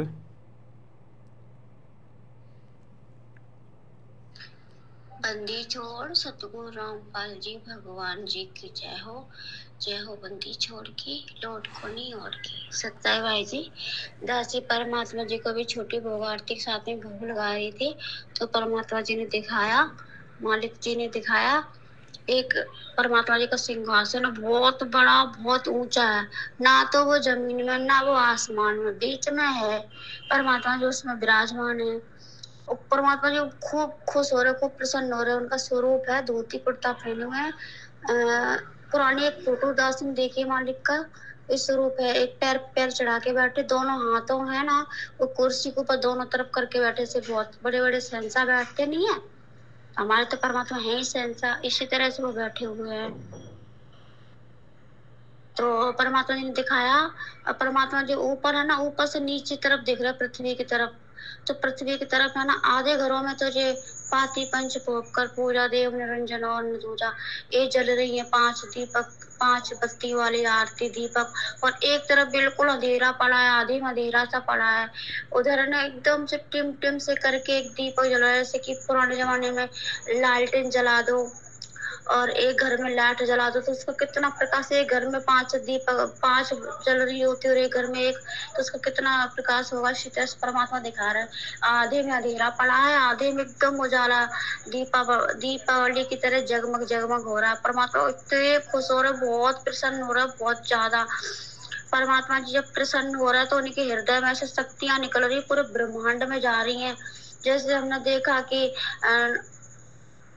मंगल ग्रह, सूर्य ग्रह, टीवी में पहले नाटक देखा करते थे, दासी ने हमेशा से धार्मिक नाटक देखते, उसमें ऐसे ही मतलब शक्तियां निकलती थी, ब्रह्मांडों में जाती थी। और जब जैसे कोई प्रलय होने वाली थी तब भी वो ब्रह्मांडों में जाते थे। ये सूर्य, ये तारे होते थे वो अपने आप मतलब नष्ट होने लगते थे। इसी तरह से परमात्मा की जो शक्तियां निकल रही है उनसे कुछ नष्ट तो नहीं हो रहा है, पर वो सारे ब्रह्मांड में जा रही है, इधर उधर परमात्मा की शक्तियां जा रही है। और परमात्मा जब नीचे की तरफ देख रहे हैं ना तो खूब खुश हो रहे हैं। आधे में ज्योति जल रही है, आधे में ऐसे एक दीपक सा जल रहा है। फिर और है ना, फिर परमात्मा देखा जैसे कि आम के पेड़ों में बोर आ जाता है, पहले उनमें फूल आते हैं फिर उसके बाद उनमें फल आते हैं। इसी तरह से जो सत्सेवकों के घर में ज्योति जल रही ना, नीचे से वो घर है, ऊपर से वो एकदम बगीचा दिख रहा है, फूलों के बगीचा, गुलाबी से पल कलर के हल्के से फूल है, बहुत सुंदर फूल है। मतलब जो सत्सेवकों घर है ना वो फूल सा दिख रहा है पूरा, मतलब फूल है वो बगीचा है, जो घर है ना वो फूल का घर है। और नीचे से तो वो घर दिख रहे हैं और ऊपर से जब परमात्मा आसमान की तरफ से देख रहे हैं ना तो वो एकदम फूलों का बगीचा, जैसे कि फूल की झाड़ियां होती हैं पूरे में छैल जाती है तो उनको समेट के से बांध देते हैं तो ऊपर से कैसे दिखती है, इसी तरह से परमात्मा देख रहे हैं। उनमें से जो बोर है ना, फूल के बोर होते हैं जो, वो उड़ उड़ के आसमान की तरफ जा रहे हैं। और उसमें से है ना कुछ तो चिड़िया बन के निकल रही, चू चू चू चू करती हुई जा रही है, और कुछ पुष्प बन के आसमान की तरफ उड़ते जा रहे हैं। और उनके ऊपर है ना मोर उड़ रही है, मोर कूक रही है, मोर उड़ती जा रही है और आवाज लगाती है। और जैसे मोर खुशी से झूम उठती है ना जब बारिश का महीना होता है तब वो नाचती है, इसी तरह से मोर भी उधर मतलब उसी सत्सेवकों के घर की छत के ऊपर, मतलब छत तो दिख नहीं रही, फूल का बगीचा है, फूल के पेड़ों में से निकल के जा रही है, वो चहक रही है। परमात्मा खूब खुश हो रहा है सब देख देख के। परमात्मा कह रहे पहचान है कि आने वाले समय में कौन भगत है कौन नहीं। तो ऊपर से परमात्मा खूब प्रसन्न हो रहे हैं और परमात्मा जी दिखा रहे हैं आधी में अंधेरा से एकदम से जब खूब तेज तूफान आया, एकदम आधी का एकदम से तूफान आया, तो वो जिस घर में एक एक दिया जल रहे थे वो भी बंद हो गया, एकदम से गुमसुम अंधेरा हो गया। और जहाँ से सत्संगों के वो दीपक जल रहे वहाँ उस तरफ तूफान तो आया, पर तूफान वापस लौट गया, क्योंकि जो झाड़ियां है ना, फूल की झाड़ी परमात्मा दिखा रहे, वो झाड़ियों के अंदर वो हवा प्रवेश कर ही नहीं पाई। तो परमात्मा की शक्ति भी आसपास कवच की तरह हैगी। ऊपर से परमात्मा ने हाथ में ऐसे भी शक्ति निकाली, तो उससे तूफान सतयुगों की तरफ गया ही नहीं, वो वहां से लौट गया। तो जिनके घर में एक दीपक जल रहा था उनका तो बिल्कुल ही बंद हो गया, कुछ भी नहीं जल रहा। इसी तरह परमात्मा दिखा रहे, इतने प्रसन्न हो रहा बहुत ज्यादा। पहले दासी एक नाटक देखा करती थी कृष्णा श्री कृष्णा में, कभी कभी कृष्ण भगवान को देखा करती थी, वो अपने भक्तों को नीचे जब देखा करते थे तो बहुत खुश हुआ करते थे। इसी तरह से परमात्मा जी है ना, सभी भाई बहनों को देख देख के खूब खुश हो रहे हैं, अपने आप इतने खिलखिला के हंस रहे बहुत ज्यादा। परमात्मा की दया, भगवान जाने। दासी को जब भी 2-3 दिन से परमात्मा जी 5 बत्तियों वाले ही दिखाते हैं ज्यादा से ज्यादा। इस दासी को इतना ही परमात्मा जी ने दिखाया। बंदी छोड़ सतगुरु रामपाल जी भगवान जी की जय हो। और आप जो परमात्मा के चरणों में बैठे हो हनुमान जी की तरह, परमात्मा आपको आशीर्वाद दे रहे, खूब खुश हो रहे हैं। जब वो खुश हो रहे तो उनके जो दांत इतनी चमक रहे, हीरे की तरह एकदम झिलमिल झिलमिल चमक मार रहे। उनके एक दांत की चमक इतनी तेज है कि इंसान की आंखें नहीं टिके। जिस तरफ वो उनकी दांतों की चमक जाती है परमात्मा जी के दांतों की, उस तरह किसी की नजर नहीं टिकती, इतनी चमक मार रहे हैं। जब वो मुस्कुराए तो उनके दांत से ना बहुत चमक आ रही है। ये सब देख के भाई बहन भी खूब खुश हो रहे हैं, गदगद हो रहे हैं। परमात्मा भाई बहन तो नीचे अपनी अपनी भक्ति में लीन है, परमात्मा ऊपर से बैठे हुए हैं। बंदी छोड़ सतगुरु रामपाल जी भगवान जी की जय। यानी कहने का मतलब है परमात्मा अपनी नज़र हर पल अपने सत्सेवक बच्चों के ऊपर, जिन जिन घरों में परमात्मा को परमात्मा मानकर, गुरु को भगवान मानकर हृदय से मर्यादाओं में रहते हुए जो भक्ति की जा रही है, तो परमेश्वर की नज़र पल पल उन परिवार वालों के ऊपर है। और आने वाले विनाशकारी समय में चाहे कितनी बड़ी कोई आपदा आओ, परमेश्वर ने उन घरों के चारों तरफ अपना रक्षा कवच बना रखा है। किसी के ऊपर कोई आपत्ति परमात्मा नहीं आने देगा। और जिन जिन घरों में ये 5 ज्योति परमात्मा की जलेंगी, क्योंकि ये पहचान है कि आपने अपने गुरु को वास्तव में भगवान माना कि नहीं माना। गुरु को मानुष मानने वाला 5 ज्योतियों के साथ आरती नहीं कर सकता, और यदि वो करेगा तो सफल नहीं हो सकता। तो आने वाले समय में केवल उन्हीं घरों का बचाव होगा, विशेष तौर पर जो संगत में हैं। बाकी जो लोग जगत में हैं उनके अपने संस्कार, भाई अगर उनके मजबूत संस्कार होंगे कोई पिछले, तो उनका कोई बाड़ बाकर नहीं कर पाएगा। और जिनके कमजोर संस्कार हैं वो तो आज भी वो तो मर ही रहे हैं। तो इसी प्रकार आने वाले समय में परमात्मा दिखा रहे हैं कि खुश वो ही रहेगा आपत्ति के समय, विपत्ति के समय, संकट के समय, जिन घरों में परमात्मा की विधिवत भक्ति हो रही होगी। अन्यथा मान लो आज भगवान की हम विधिवत भक्ति कर रहे हैं, गुरु को परमात्मा मानकर, हमारे साथ भी अगर कल को वैसा ही हो गया तो फिर भगवान फिर है कहां धरती पे। लेकिन भाई परमात्मा उस अंतर को स्पष्ट करेगा कि पूर्ण परमात्मा की भक्ति करने वाले, गुरु को परमात्मा मानकर भक्ति करने वालों के क्या ठाट होते हैं, क्या सुख होते हैं, और कैसे परमात्मा उनकी आपत्तियां टालता है। और जो लोग फालतू के काम कर रहे हैं, भगत होकर भी मर्यादा तोड़कर दुनिया के बास्केटबॉल में जा रहे हैं, भंडारा लगा रहे हैं, स्टेडियम बना रहे हैं, गुंडों की सीबीआई जांच करवा रहे हैं, दुनिया भर की नौटंकी कर रहे हैं, तो उनके साथ में क्या होगा।